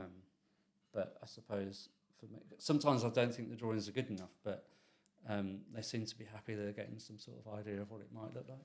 But that's that perfection all thing again, isn't it? self-critical. aren't Yeah, they? we're all chasing that perfection, and actually the drawings are, if they've made the sale, they clearly are good enough, aren't they? Yeah, maybe. So, We're all too Definitely. critical of ourselves. Like that's a Yeah. big thing Yeah. in the maker world is we are too critical of ourselves. I think I like our build book the most because it's not expecting to be anything special. It's literally just a book with the photographs that we've taken on the machines or at the bench over the year or 2 years, and they're literally just snapshots. And They go out with the watch, don't they? yeah, and they're so simple to do while you're working in That's what I between. was going to ask. Yeah. Do you take Mm. like pictures and everything. Yeah. of the Yeah, process? I mean, Instagram is more of a thought. Instagram can be a headache for a maker trying to do that. I know originally it started out as just a snapshot, and now there's so many people using professional photographers. Yeah. You feel like you're up against so many like filtered stuff, and I mean, I'm guilty of not posting stuff because I think it looks terrible or it's not. It's too real. the bar's just so high, isn't Yeah, it? the Yeah. bar is so Yeah. And I big. think you're right there. It's too real. It's we've talked about it loads. Like if I was to retrain in something, it'd be photography or videography because the bar is so high to get stuff out there. And photographers and videographers charge a lot of money, and rightfully so, because ultimately their content is what's getting you noticed. Yeah. Yeah. But you can't just take that quick snapshot. Good to It go. has to be like Everyone's like, take that's a amazing, million cool. pictures before you it's- post one. Yeah. Yeah, Yeah. yeah, and that takes time. And when you're a maker, you spend a couple of Yeah. hours The just to amount do of- one post. Mm. It's the effort that goes into looking effortless. Yes. Yeah. Huge. Yeah, exactly. Yeah. So true. And Instagram's where you mostly post all your stuff, isn't it? But is it where your customers come from? Some of them. We Yeah. have had a few people have wanted to watch us, and we didn't realise it at the time. Like we had a guy who'd watched us for 2 years on Instagram before approaching us just to kind of check we were the real deal and that we weren't Alright. going to sell out, because that's another thing. Again, we're going to CNC and increasing your production. If people are finding they're struggling doing it this way, they'll switch how they do it. Right, so that's Keep quite going. a common jump that people will make. You do see it, yeah, Right. yeah. Or if they want to turn it into a more more of a brand or a bigger business and take people on, I totally understand it. yeah. It makes sense. I just And remember. it is, it's, as you say, there's no discredit to it. It's just another way of doing business. Definitely, Isn't it? yeah. Yeah. It's, You never know who's watching you as well. So I remember that was us just coming out of the really, really rough time of really up against it with the business. And then we started to get a few orders in, and he appeared as well and said, "Oh, I've been watching you for 2 years." We're like, "Why didn't you come to us 2 years ago? We really needed You you." know how hard the last 2 years have been. Yeah. Where have you been all our life? Yeah. So how do you instill that trust as well? So it takes somebody 2 years looking at you, and if they were to order now, they'd spend 2 years, but then they're booking something that's 2028. You talk about the selling out and people moving to CNC machine. Do you ever find it difficult to instill that trust if someone's paying up, because they pay up front deposit, yeah? They pay to reserve a build slot. They pay to reserve a build slot. So if they're paying to reserve a build slot for something that's, at the moment I'd be booking 5 years away? Yeah. So is it just how would you have done that at first, or do you think it's only achievable now because you've built that name up? Yeah, No. I don't think we could have done that originally at Definitely all. not. I think people can see now we're too set in our ways Yeah. to do this in any other way, so they have that confidence. Our main problem now of trying to book things several years ahead is costing it. Because people want to know how much the final thing's going to be, and I'm like, I have no idea how much it's going to cost us to make this in Especially 5 as we years. only The last year that we've had of how much the cost of things has changed, and that can make people a little bit jittery then, because you can't give them a final bill. I suppose But we're not using trying to be difficult. Gold and is obviously Goes up a lot. mostly goes up. Yeah. But I suppose even people that are making in steel, I suppose the cost of running machines. Steel's gone up Yeah. ludicrous, mental. Paper's gone up. We've seen 123% increase between 6 month print edition. It was wild. And then use your production as well, because we are constantly researching and developing new ideas, new techniques, ways to improve, still using our old equipment, but improve our materials, improve our processes. So we don't know what we'll be able to offer in 5-10 years' time either. So it's like there could be an added cost that goes with that. We don't want to end up locked making the same watch for the next 10 years. We want to be able to grow and build that. And obviously with that, there will be an increased cost, but I don't know. The beauty of handmade, isn't it? You just don't know. It's, that's when it becomes really hard now. That's what we're finding. And I think that's what you say there, Kate, is exactly right. It's the beauty of handmade, and it's finding the customers that understand that. Yes. Yeah. That'll just roll with that. So is it a flat rate build slot that you pay for? It's just one rate that books it in, or are you trying to cost the build then and there? What do you do, and what would your advice to other makers or other people do in that respect be? We set kind of our base price for things. So the watch will cost a minimum of this, and then it'll come down to you what the additional extras are, as we'll cost that as we go. So that's like when you order a car, this is the base cost of the car. But yeah, now we're kind of 5 years ahead. We're even struggling with what the base cost will be. Right. So yeah, it was initially quite easy with doing it that way, but now the further you go ahead, the harder it is to know. I hope that obviously styles change and things that people like as well. Because I change all the time as to what things I like, and so I think especially with 248, I hope that we tried to plan that it can evolve, You tried to plan that from the start. We thought if we can make this movement now with these machines, then we can obviously evolve slowly like everything else, and hopefully if things really do change all things change, don't they? Car styles and especially in jewellery, and I'm not saying it's jewellery and fashion, but it will have some influence, won't it? Watches get smaller and slimmer, and sometimes they get bigger. We picked the base caliber for 248 is one that has space in it, which was another important thing, because we thought, well, now we can start working more things into this movement in the future if we want, like doing power reserves or moon phase or an hourly chime was something you'd mentioned you wanted to do, wasn't it? Which we might do or we might not do. It'll depend on the client, it'll depend on where we're at the time. But yeah, again, trying to cost that in a way that you want to keep growing, but growing costs money. Yeah. And then you have to expect that from your clients, and then you have to try and manage that. The further ahead you go, the harder it gets to kind of figure that out, I think. Yeah. That's what we found. Yeah, it's obviously very comforting having orders that far ahead. We can't complain. It's a good problem to have. Yeah, it is a brilliant problem, and then I think the only thing, if you really sit down and think about it, and then like I was saying about how things change in the future so quickly now, that sometimes you think, I wonder if, how much will that watch have to evolve in that amount of time to still be what the client wants, which is, I think, an interesting problem. And how do you set aside time for that R&D, for that? Because one thing I think a lot of makers, and we're getting better at it now that I've dropped my days at work because you've got me for more days that we're able to do that. But it's so easy to just get stuck in this. Yeah. I need to make this because this makes sales. I need to do this, and this within a day. That makes sales. That leaves, oh look, no time to do anything else. Yeah. And everyone suffers from it. So how do you guys look at it? Because it can't be like, oh, I'm just going to take an hour to go and check if this works. It must be massive amounts of time that needs dedicated to the R&D. Yeah, I think actually costing things, the way we cost things now is working a lot better for us, which is where we initially tried to cost the build. So look at how much the gold was going to cost, like all the finishing, like enamelling, whatever else we had to outsource. Then try and figure out how many hours it would take us, and then try and cost that in and put that up front at the beginning. And you never know how long it's going to take you. We're chronically bad at underestimating our hours. So thanks to some advice from someone much better at business than us, she was like, okay, well, how much does your business need to earn a year for you to be comfortable? Like, for you to get the wage, what wage do you want? How much do you need to earn a year? Okay, you're making 3 watches in that time. We'll divide that by 3. There's your cost.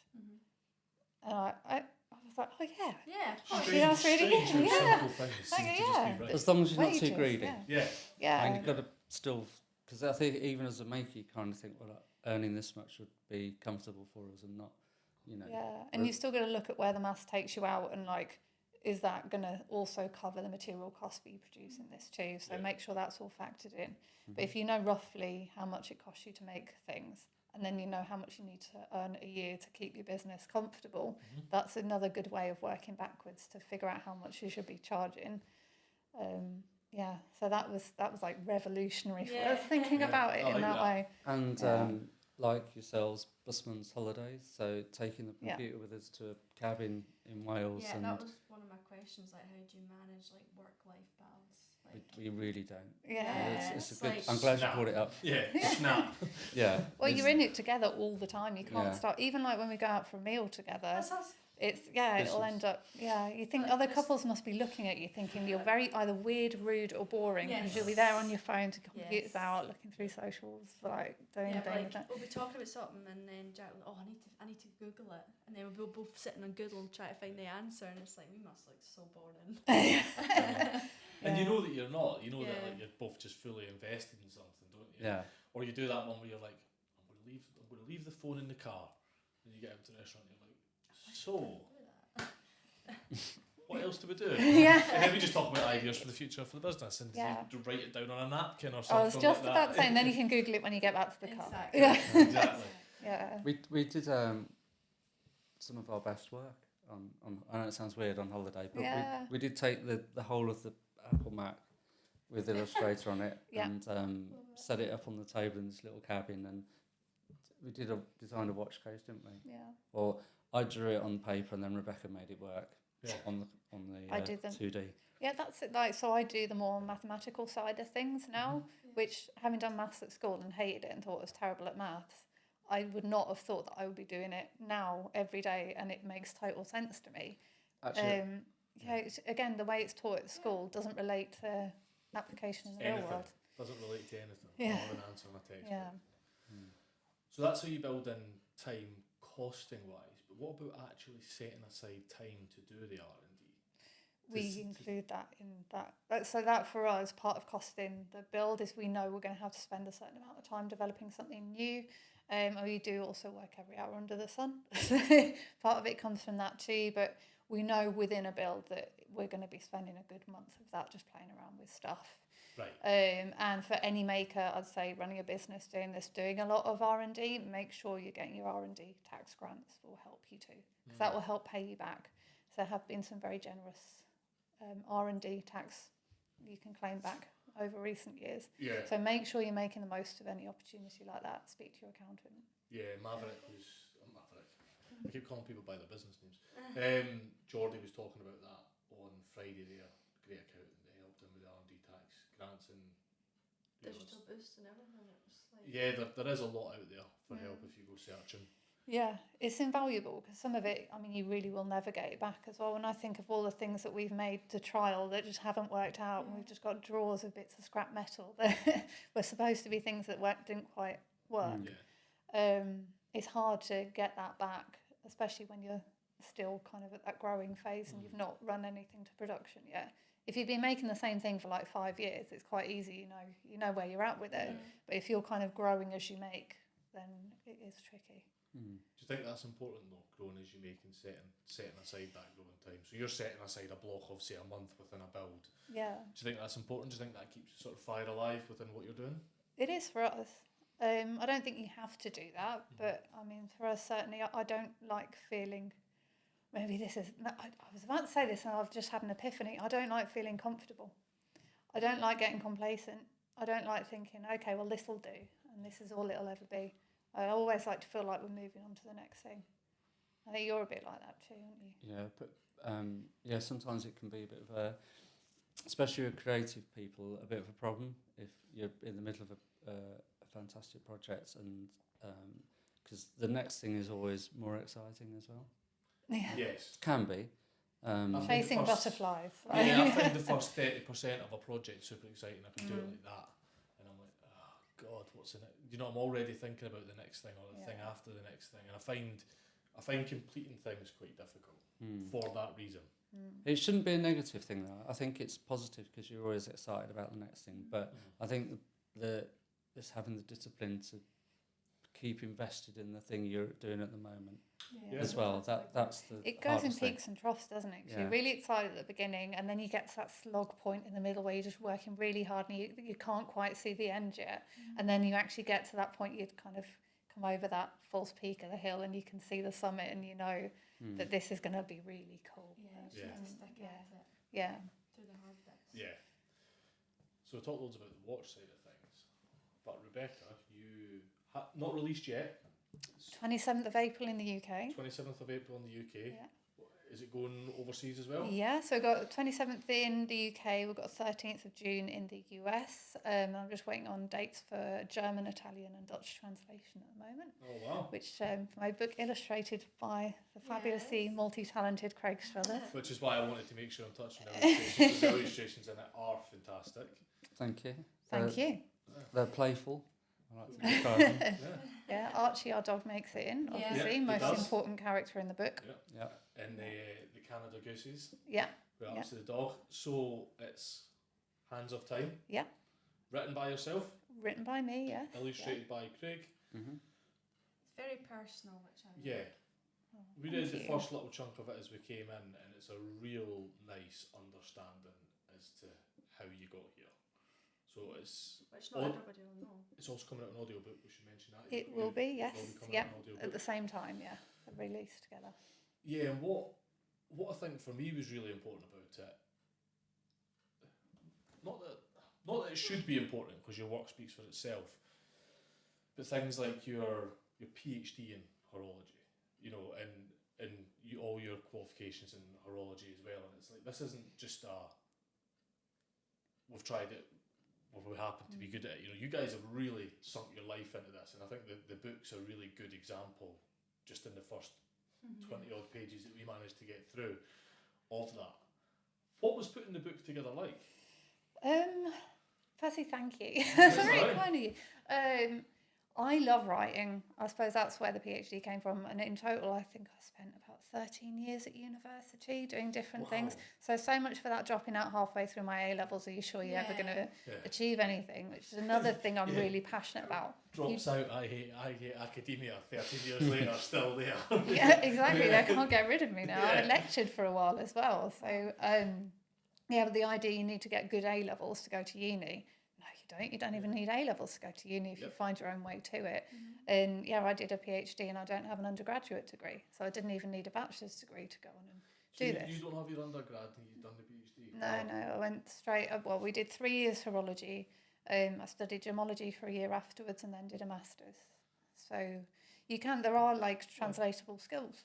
And vocational skills are really valuable depending on what you're researching.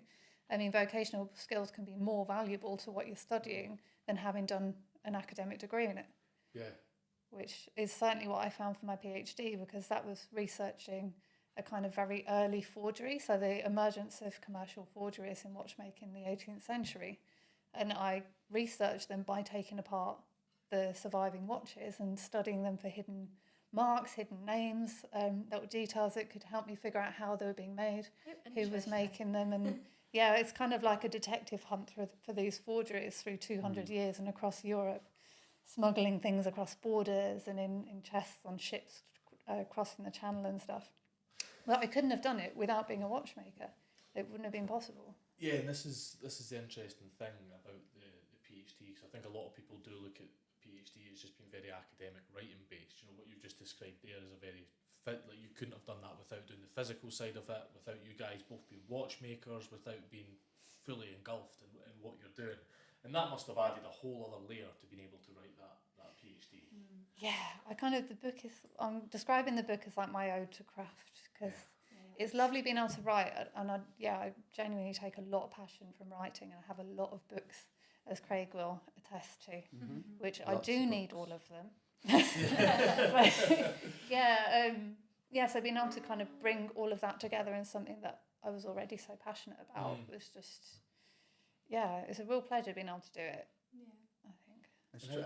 Actually, Rebecca influenced me to also do a master's, but just saying about. Sorry about that, Craig. Well, no, not at all. But it's weird, like you're saying about investing in horology. I actually wanted to do something to take me away from horology as a break. So I went there with all these ideas of t-shirt design, and by the end of the masters again, it was all on horology and watches. So I think halfway through, I just thought, I've got a workshop that's down the road from the uni. Like, why am I trying to do something completely different? I might as well just do a watch thing, and it was another watch project. So we try to find Can't get away hobbies from it. occasionally, and it always ends up coming back to watchmaking. I think that's very healthy. I think if everything else is pointing you back towards it, you know you've made the right choice. Yeah. You know, with the We Are Makers thing for Kate and I, no matter what else we do, there seems to be some other link or some other something pulling us back to, while we're there, we could go and see X, Y, Z, because that would help We Are Makers, that would help the makers. And I think it is quite a healthy thing. But back to the book. How long did it take you in total to do that? It was a lockdown child. My lockdown baby. So writing it, most of it was written within a year from start to finish. But I mean, the sections of it, like my PhD, that's sort of 12 years I've been working on that. So I was doing that. I started researching the subject while I was at uni doing watchmaking just after I graduated. So that was going on in the background for sort of 5-6 years before I started the degree in it. So it's kind of a real coming together of, well, remarkably, I've been doing this now for 20 years this year. Oh my goodness. Yeah, 2003 I started doing jewellery and silversmithing, so 20 years. That makes me feel really old. So all of that has gone into this book, really. I couldn't have written this without having that background doing what I do. Yeah. What about yourself, Craig? Took you over the book? No. I definitely don't have Rebecca's. I wouldn't say. I suppose they are academic. I can't write anything. I'm really dyslexic anyway, aren't I? So well, if I'm speaking to a client and have to make notes, because I do phone calls, Rebecca does emails. That was our deal, to avoid one of us getting too bogged down with admin. But you've tripped up on that now, because if I'm speaking to a client trying to get all the information, so the phone call goes really well, and then the bit of paper is literally just doodles, weird stuff, and then I've got drawings of scooters and teddy boys and stuff Trying to like that. And I'm like, okay, what? What does the client What want? am I following up with? Most of my sketchbooks, it's like I use square sketchbooks, and it's just like checks that start in the corner. It's like, you can tell how long a phone call is by how far the checks I've got down the page. Bloody waste of a notebook. Keeps you busy. Yeah. So you're not interested in doing the book side of things? No, definitely not. It's not for me. I'm not. Yeah. I mean, I've done a workshop book on building this project for my own reference. I think Rebecca, looking at the book, it's just nonsense, isn't it? But you could do a good maker's handbook. I mean, I'd probably have to organise it a bit and take the drawings of scooters out. But well, this book is obviously, whilst we make things, I've tried to draw and illustrate and remind Because whenever we make something, it's always been, even though we've made it before, we haven't got like an instruction manual, and we just do it. And sometimes, but with this one, because it's so from scratch, I try to. What's your idea? You started me off. To go with it, yeah. I mean, You there was did a long time I got Craig this really beautiful book to put all of his notes in, and he was still doing things on scraps of paper, and they just end up being stuck in this book. Yeah, so the book itself was completely blank. It was just about 200 bits of paper. There's a folder, yeah. Yeah. But you started it with a, what's it called, a mind cloud? Brainstorm. That's it. And yeah, it's kind of evolved from that, really. Yeah. You need to remember and take the book with you. That's my issue. Like, so I understand why it's just a bit of paper. You're like, I've got an idea, and you just paper's there. I'm a red, large, 5mm squared, hardback moleskin. Shelf full of them. Used them since I started work. Still use them for everything. Keep trying to get Kate them. Buy Kate green ones. Give her a green one. It goes missing. She'll pinch one of my red ones, start it, and then it'll get dumped. I know, I'm not I'm very like, good just with use a notes. notebook. It's so handy. Yeah. We have so many notebooks that just like the first 3-4 pages are used, and the rest are just blank. I'm not the only one. Yeah, there you go. The 248 one's the only one that's full. Yeah, you are helping me a little bit with the book at the moment, aren't you? So I really want to do a kids' book version. So try and introduce horology to kids. It's a great idea. So that's Craig's. You're on level with that, aren't you, Craig? So Yeah, I like that. That's not that's writing more illustrations. it, just illustrations. some ideas. Yeah. Kids love illustrations. Horology for kids would be quite an interesting thing, though, wouldn't it? Because it feels like we're on the outside. It feels like a bit of a dying art. It doesn't feel like there's many people still doing it. Yeah. Probably because they don't even know it's a thing. Which is such a shame because it is such a fantastic subject. By covering so many different bases, you get the practical application of a whole range of disciplines, from maths and physics and chemistry, within one object that you can physically see working.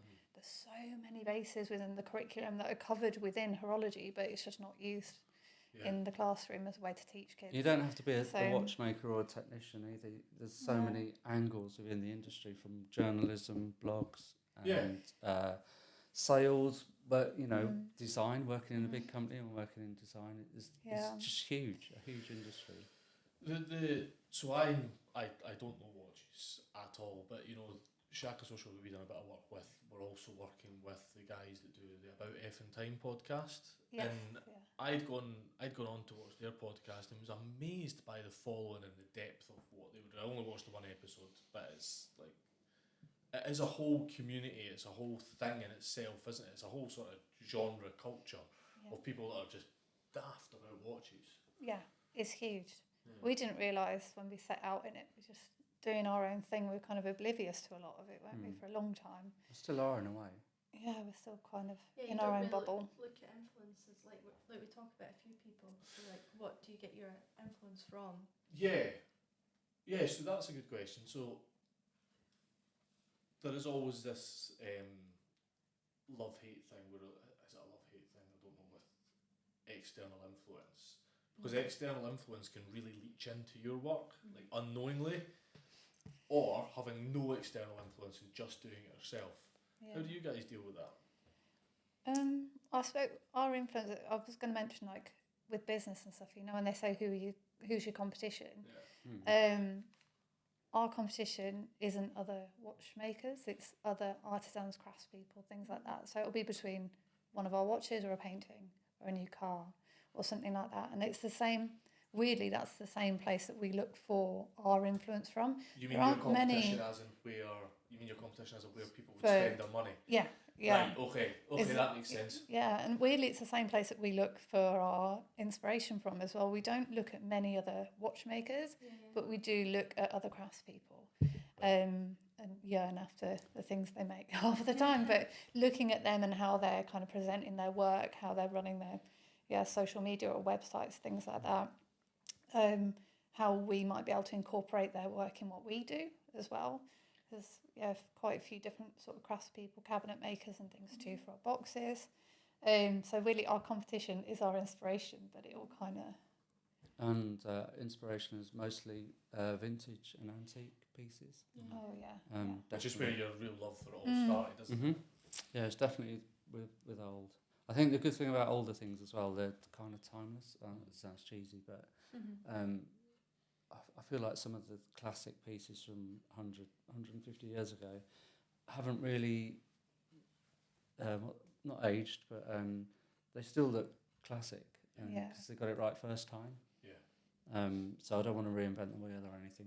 I love old watches and pocket watches, and how they look is always going to look okay, I think. Yeah. If you do something too outlandish, sometimes it could date really quickly, maybe. Look back to look forwards. Yeah, it's strange that, isn't it? It's because they're never really on style. They tend to just be their own style. Mm-hmm. You know, and it's I totally know what you mean, because I tend to look at a lot of, like, certainly older denim and older cars, and they never really seem like they were on style at the time or on style now, but they just send. I don't know if it's a form follows function thing, Okay. or I've never been able to put my hand on it, but for some reason older things just seem to always remain in style. I don't know what it is, but I'm always interested to see if someone's got an answer for me for that one. So, I know what you mean. I think a lot of things now can look maybe more of a moment and more disposable, maybe. I don't know.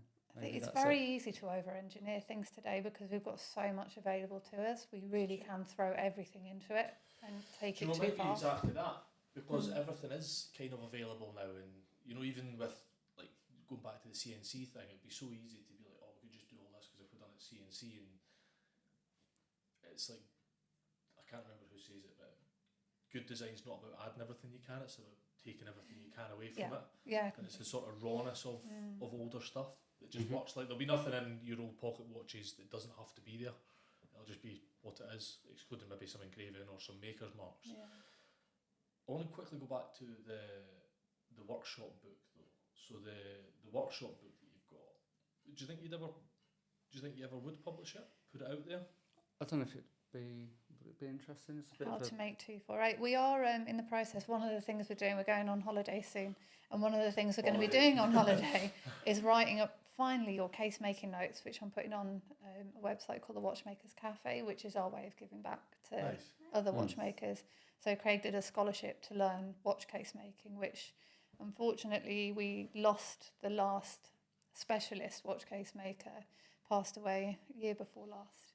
So the only watch case makers I know now are watchmakers who do it within their business. Right. But they're not specialist. But yeah, that's a real dying skill. So we're going to publish that free of charge for people to use, and that's going to be based on your bench notes. So that's one bench book we're going to be. Just so it can give people an idea. I mean, as to how just to go about it and how to get experiment. started. I mean, it's not necessarily the exact way to do it, and I definitely don't do it the exact way. There's probably a lot more maths involved and processes. But that's our way to do it. That's it's our way to do it. It's your way to do it. Yeah. So someone else can take it and think and add their thing to it, make it, streamline it or make it better. But that is craft, isn't it? Because there are many ways to bake a cake. There are so many different ways to do the things that we do. It's about finding the way that works for you, and you only find that through giving it a go and doing it. Yeah. So the website was our way of having sort of, instead of having an apprentice or growing, we can put something out there that people can come to, and in that way create more restorers and people teaching themselves. And like everything we do is taken infinitely longer than we're anticipating it would. But we're getting there, and this holiday will be the perfect opportunity to do some work. Where are you going? Wales. I like Wales. With Archie, obviously. Of course. It's a remote little cabin. It's perfect. Yeah. Sounds wonderful. A wee escape. And that's the Watchmaker's Cafe. Yes. Yeah. So the reason I'm asking about that is one thing we're often keen on encouraging makers to do, because I think that I don't actually think you can do enough justice to what you're doing. But publishing something like that, or have you ever thought about having someone come in and do a documentary of, and it's really from an educational point of view to buyers. Your buyers are a bit different, because they clearly see the worth in what you're doing, and they know watches maybe, but the general buyer from a lot of makers, they see that price tag, and then they see the price tag on a normal shop shelf, or, like, say again, furniture making versus a John Lewis price tag, and it's that education of what actually goes into it. You know, have you ever thought about doing more video-based documentary or like publishing your book or, you know, anything like that? And that is a really interesting point, actually, of our progression.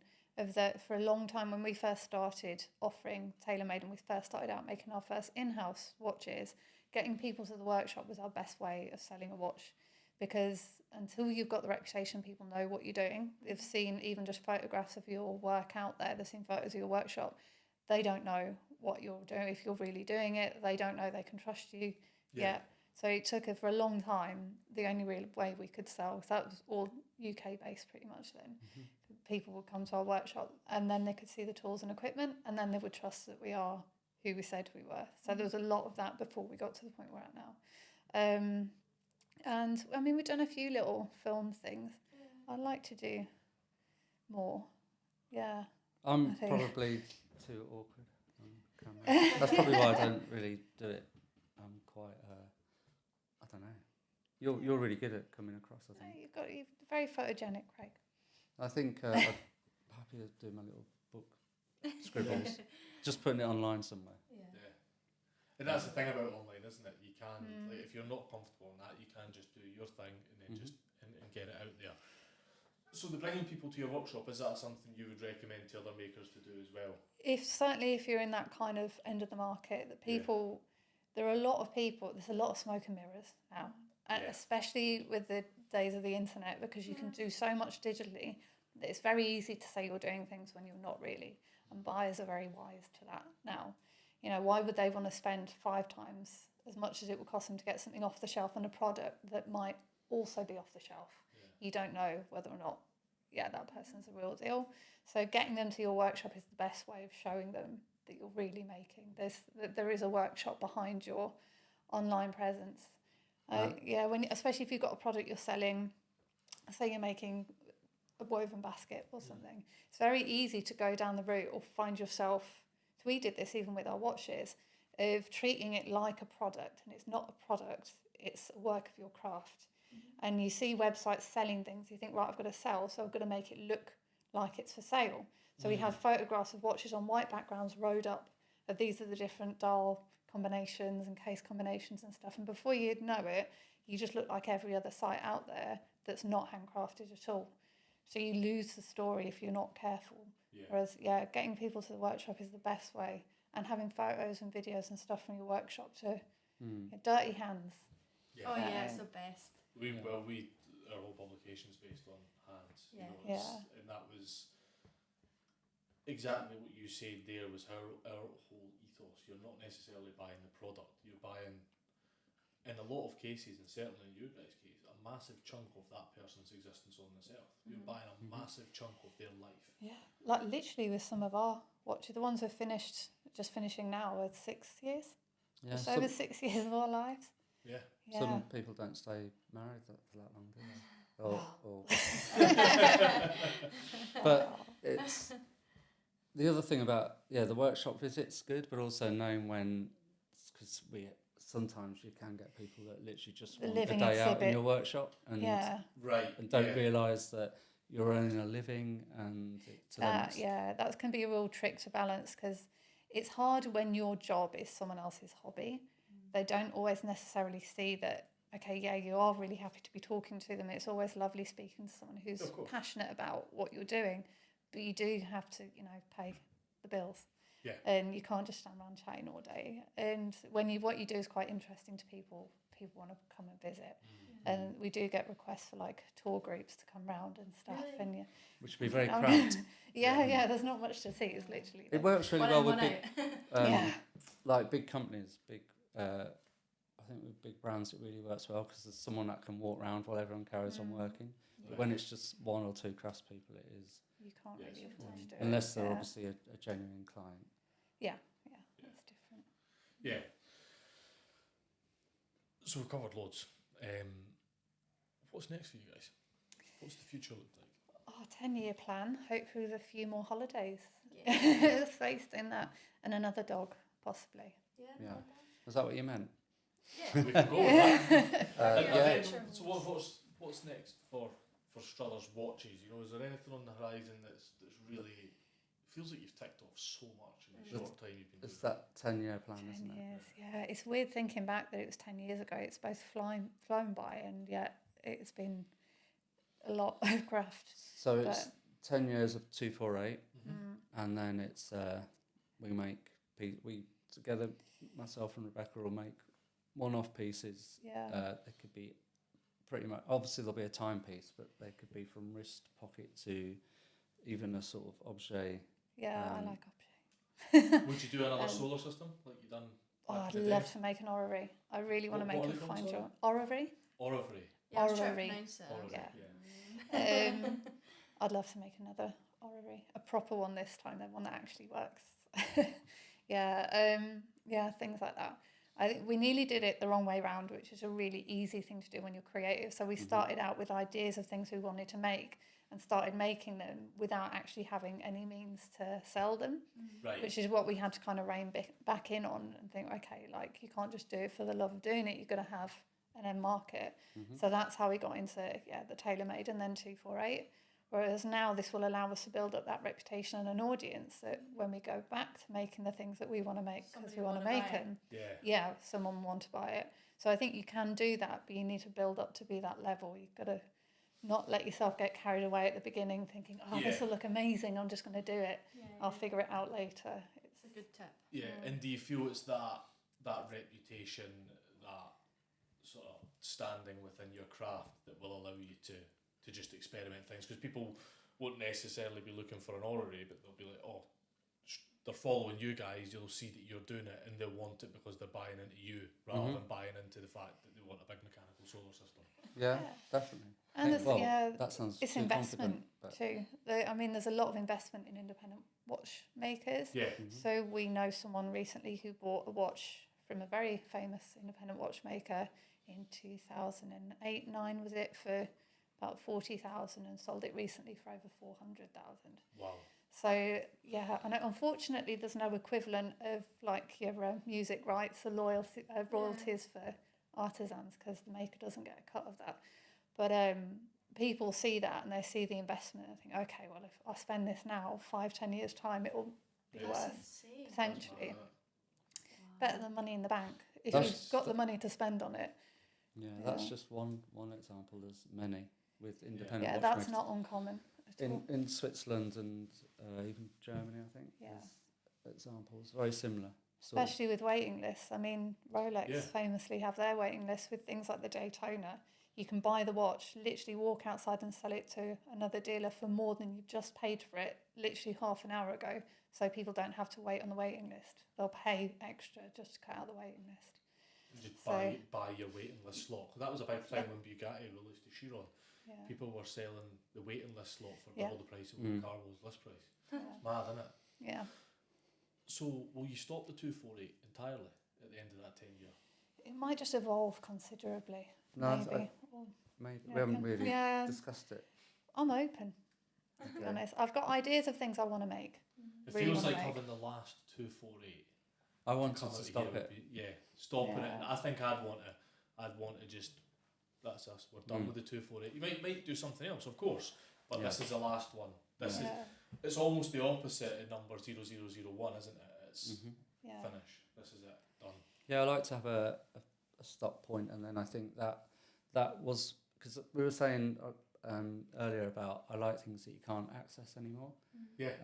Like if it could be an Italian moped or something, or anything that was they haven't made one for over 50 years, and if you can afford it, or sometimes it's not an expensive thing, it could be something cheap, but I like the fact that it had its moment in time, and that's it now, and it's not been reproduced or made with newer equipment. It's done. Yeah. And I like that about even some of the watches we don't make anymore. Yeah. That it's done. It's that time None has of the- passed. Just going to say that none of the projects we've discussed that we wanted to do involve 248, so maybe that is a natural sign as well that it's time to come to an end. I want to make a watch without electricity. That's one of my... Hence the older machines. Yeah, I'm going to get all these set up, and so literally hand-make, hand-powered lathes, and that's, one of my things. I'm gonna stick with Little electricity. table clock, my orrery. No, it's a nice idea. Yeah. Yeah, I look forward to it. And that would be, when was the end of that 10-year plan? So that will be taking us up to about 2031, 32. Yeah. Thereabout. That So seems like the future. Yeah. It's too Cool. far ahead. But it's awesome that you've built a brand and built something that you can look that far ahead in. You know, I think it'd be very difficult for a lot of small makers, certainly starting out, and this is good for any small makers that are starting out to hear this, that you are at a point, and I know it's taken a load of time and there's nothing to take away from that, but that you are at a point where you can not forecast, but you can see something 10 years ahead. It's security, which is the most valuable thing of all. When you're a little independent maker and you have no backup, to suddenly be in a position where you're secure now, it does, it's like you can breathe again. So 10 years later, we can finally breathe again. And that's why I think the honesty is really important, because if you're not, people aren't being honest about that being the process. When people are a couple of years in and they're really struggling, thinking, I'm clearly not cut out for this, I'm not good enough. Like, no, it's not like that at all. It just is hard. Yeah. I think we could have thrown the towel in a few times. We nearly Honestly, did. Yeah. I mean, fortunately, it's probably the same with you guys, being in it together, like that lack of confidence we have in ourselves, we have in each other. So we kind of build each other up when the other one's down. When one of us is having a wobble, thinking, right, that's it, I can't do this anymore, I'm just going to get a normal job again. The other one's like, no, you're not, you can. But we always have our wobbles at different times. Yeah. So we can always pick the other one up. So long as they don't line up. We've never had a wobble at the same time, have we? I don't think we have, no. But I think, again, that's part of being a couple, though, because even if you're feeling like in a bad place yourself, if the person you love, you can see is struggling, something comes out of you to protect that person, support that person, that you wouldn't necessarily do for yourself. So you're always, it's whichever one breaks first, the other one will stand up for them. And that's true. Do you know what I love most about this story is you're talking about a 10-year plan, you're talking about the comfort, you've been very honest about how long it's taken to get there, and that one has to be commended. But if you did take a normal job, or you took the standard route, 5 or 10 years, you're not secure 5 or 10 years in a normal job. And the other thing is, you have no control of what that industry or that company might do. You've built something that you've got entire control of. You're clearly doing what you love, but you've built it to a point that you have the security, which is, I think, something that a lot of the makers don't have. Every single one of them, and every single person that we speak to, and again, has to be commended, that they have the passion to be doing it in 10 years, but having the ability to do it in 10 years. And what's been really nice and honest about this conversation is that you're very upfront to this. You've been doing it 20 years to get to a point where you have 10 years security. And that time investment is massive, but you've got there. Yeah, and recently as well. So we really started this 10-year plan within the last 12 months. So out of 20 years of doing this, it's in the last 12 months we now suddenly have this list. And it's confidence. I think a lot of it is just confidence. Start asking how much your work is worth from people, tightening down the jobs that you know aren't going to be worth it, and telling people to wait. And if they want it, they will wait. And the people who are willing to wait and willing to invest how much it's going to cost you to make it, and they want you to earn a comfortable living too. They don't want you to be living in a cardboard box on the street corner and then coming into the workshop. They want you to be happy. They're the clients you want. And if they don't want to pay you enough to be comfortable, or if they're not willing to wait, that's not your client. But it does take, when you've got no money in the bank and someone's offering you a lot, it is hard. But sticking true to yourself. That's a good one. And do you think there's anything that would have, we were saying 20 years to get to this point, and the confidence thing's interesting you brought up there. Do you think there's anything that would have sped up that confidence, or is it just a time served thing? Like it had some things just have to take as long as they take. Time served. Yeah, time served. And I suppose, I wasn't very confident coming into it. I'm not the most confident of people, and some people get more support than others, and that helps. I think if you get a lot of support, it builds your confidence. Whereas we've been pretty much like outriders, out on our own, away from a lot of it. So maybe that could have sped it up, but equally, it also means that we've created something completely individual. Yeah, and not being supported by some of the people who are supposed to support people like us. Yeah. It's also forced us to forge our own networks completely outside of what we do. Brilliant. And we're a lot stronger for that now than we would have been, I think, if we'd have just stayed in that little clique. But yeah, that's really Definitely. valuable. Yeah. Sometimes it's better to look and associate outside of the craft you're in. I don't know why. Maybe opposites can help I think so. show what you do, and also sometimes more interesting. Yeah, more interesting, seeing things from, just from a different light. And I do think certainly the people that we deal with within the maker space are very good at looking at it as community over competition. But I could easily see why two next door neighbour and watchmakers, or two next door neighbour furniture makers or ceramicists could view that as competition. Whereas, like you're saying, looking out to other, some ceramicist that you're looking at, or some coach builder you're looking at, it's not going to view you necessarily as competition, but you can take things off of each other more in a community aspect, and I think that's really important. Yeah, the whole our competition is our inspiration thing as well. We have the same problems as That's actually one of the best things, talking to other craftspeople about all the things we've spoken about: money, future. Yeah, doesn't matter how big your business is, how long you've been doing it for, whether you've got no staff or staff with you, the sort of challenges you face are pretty universal. Speaking to some mentors previously, saying, and we look at them as huge successful businesses, and I mean, we didn't want that anyway, but they just say we've got the same problems as you, but just on a much bigger scale. And you kind of realise that it's never going to be easy. Yeah. Good. Or everyone would be doing it. Yeah, exactly. Exactly. So Kate's usually got the closing question. Kate? Yeah, what advice would you give your younger selves? Stay at school.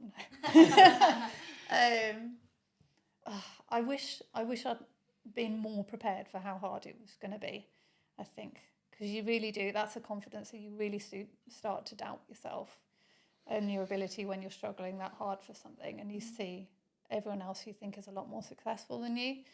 I wish I'd had people being honest to say, it's all right, you just stick with it.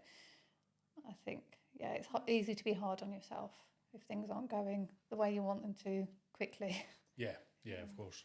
I really don't think I could give myself any advice, because I don't know what would make it better or worse. It sounds strange, but maybe that'd be it. If people had told us, then we wouldn't have done it. So maybe don't give any advice. Maybe we shouldn't have said any of this. There's lots of It's absolutely fine. I think if you look at your younger self, you always think, wasted a lot of time there, and was, maybe not very focused at that point. And I've done lots of different jobs and was never focused. I did make things, like strange things in my free time, but I don't think there's any. I think that's it. That's how I got to this point, maybe. There you go. Yeah. Really. That's it, isn't it? Everyone's got their own path, and you get where you are because of that path. So, well, guys, we've been at it for a couple of hours now. Can't thank you enough for your time. I know you're incredibly busy, and it's nice to meet you finally. Meet you guys. Thank you for Lovely coming to all meet this you. way down to meet us. It's Sorry? a pleasure. Thank you so Thanks much. for having us into your shop, and thanks for the coffees, and thanks for the great conversation. Really Our appreciate pleasure. it. Thank Wish you all the best of luck on your 10-year plan and everything in between. We'll be back in 10 years. We'll be back here in 10 years. Checking on us. And hopefully we'll have sold enough magazines to buy the final 2 or 4. There you go, if you're not keeping it for yourself. I wonder where we'll be. Yeah. We could all be sat in Detroit or something. I could do that. I could do Detroit. Wicked. Guys, thanks again. We'll wrap it up. Cheers. At that, Thank you. Thank you.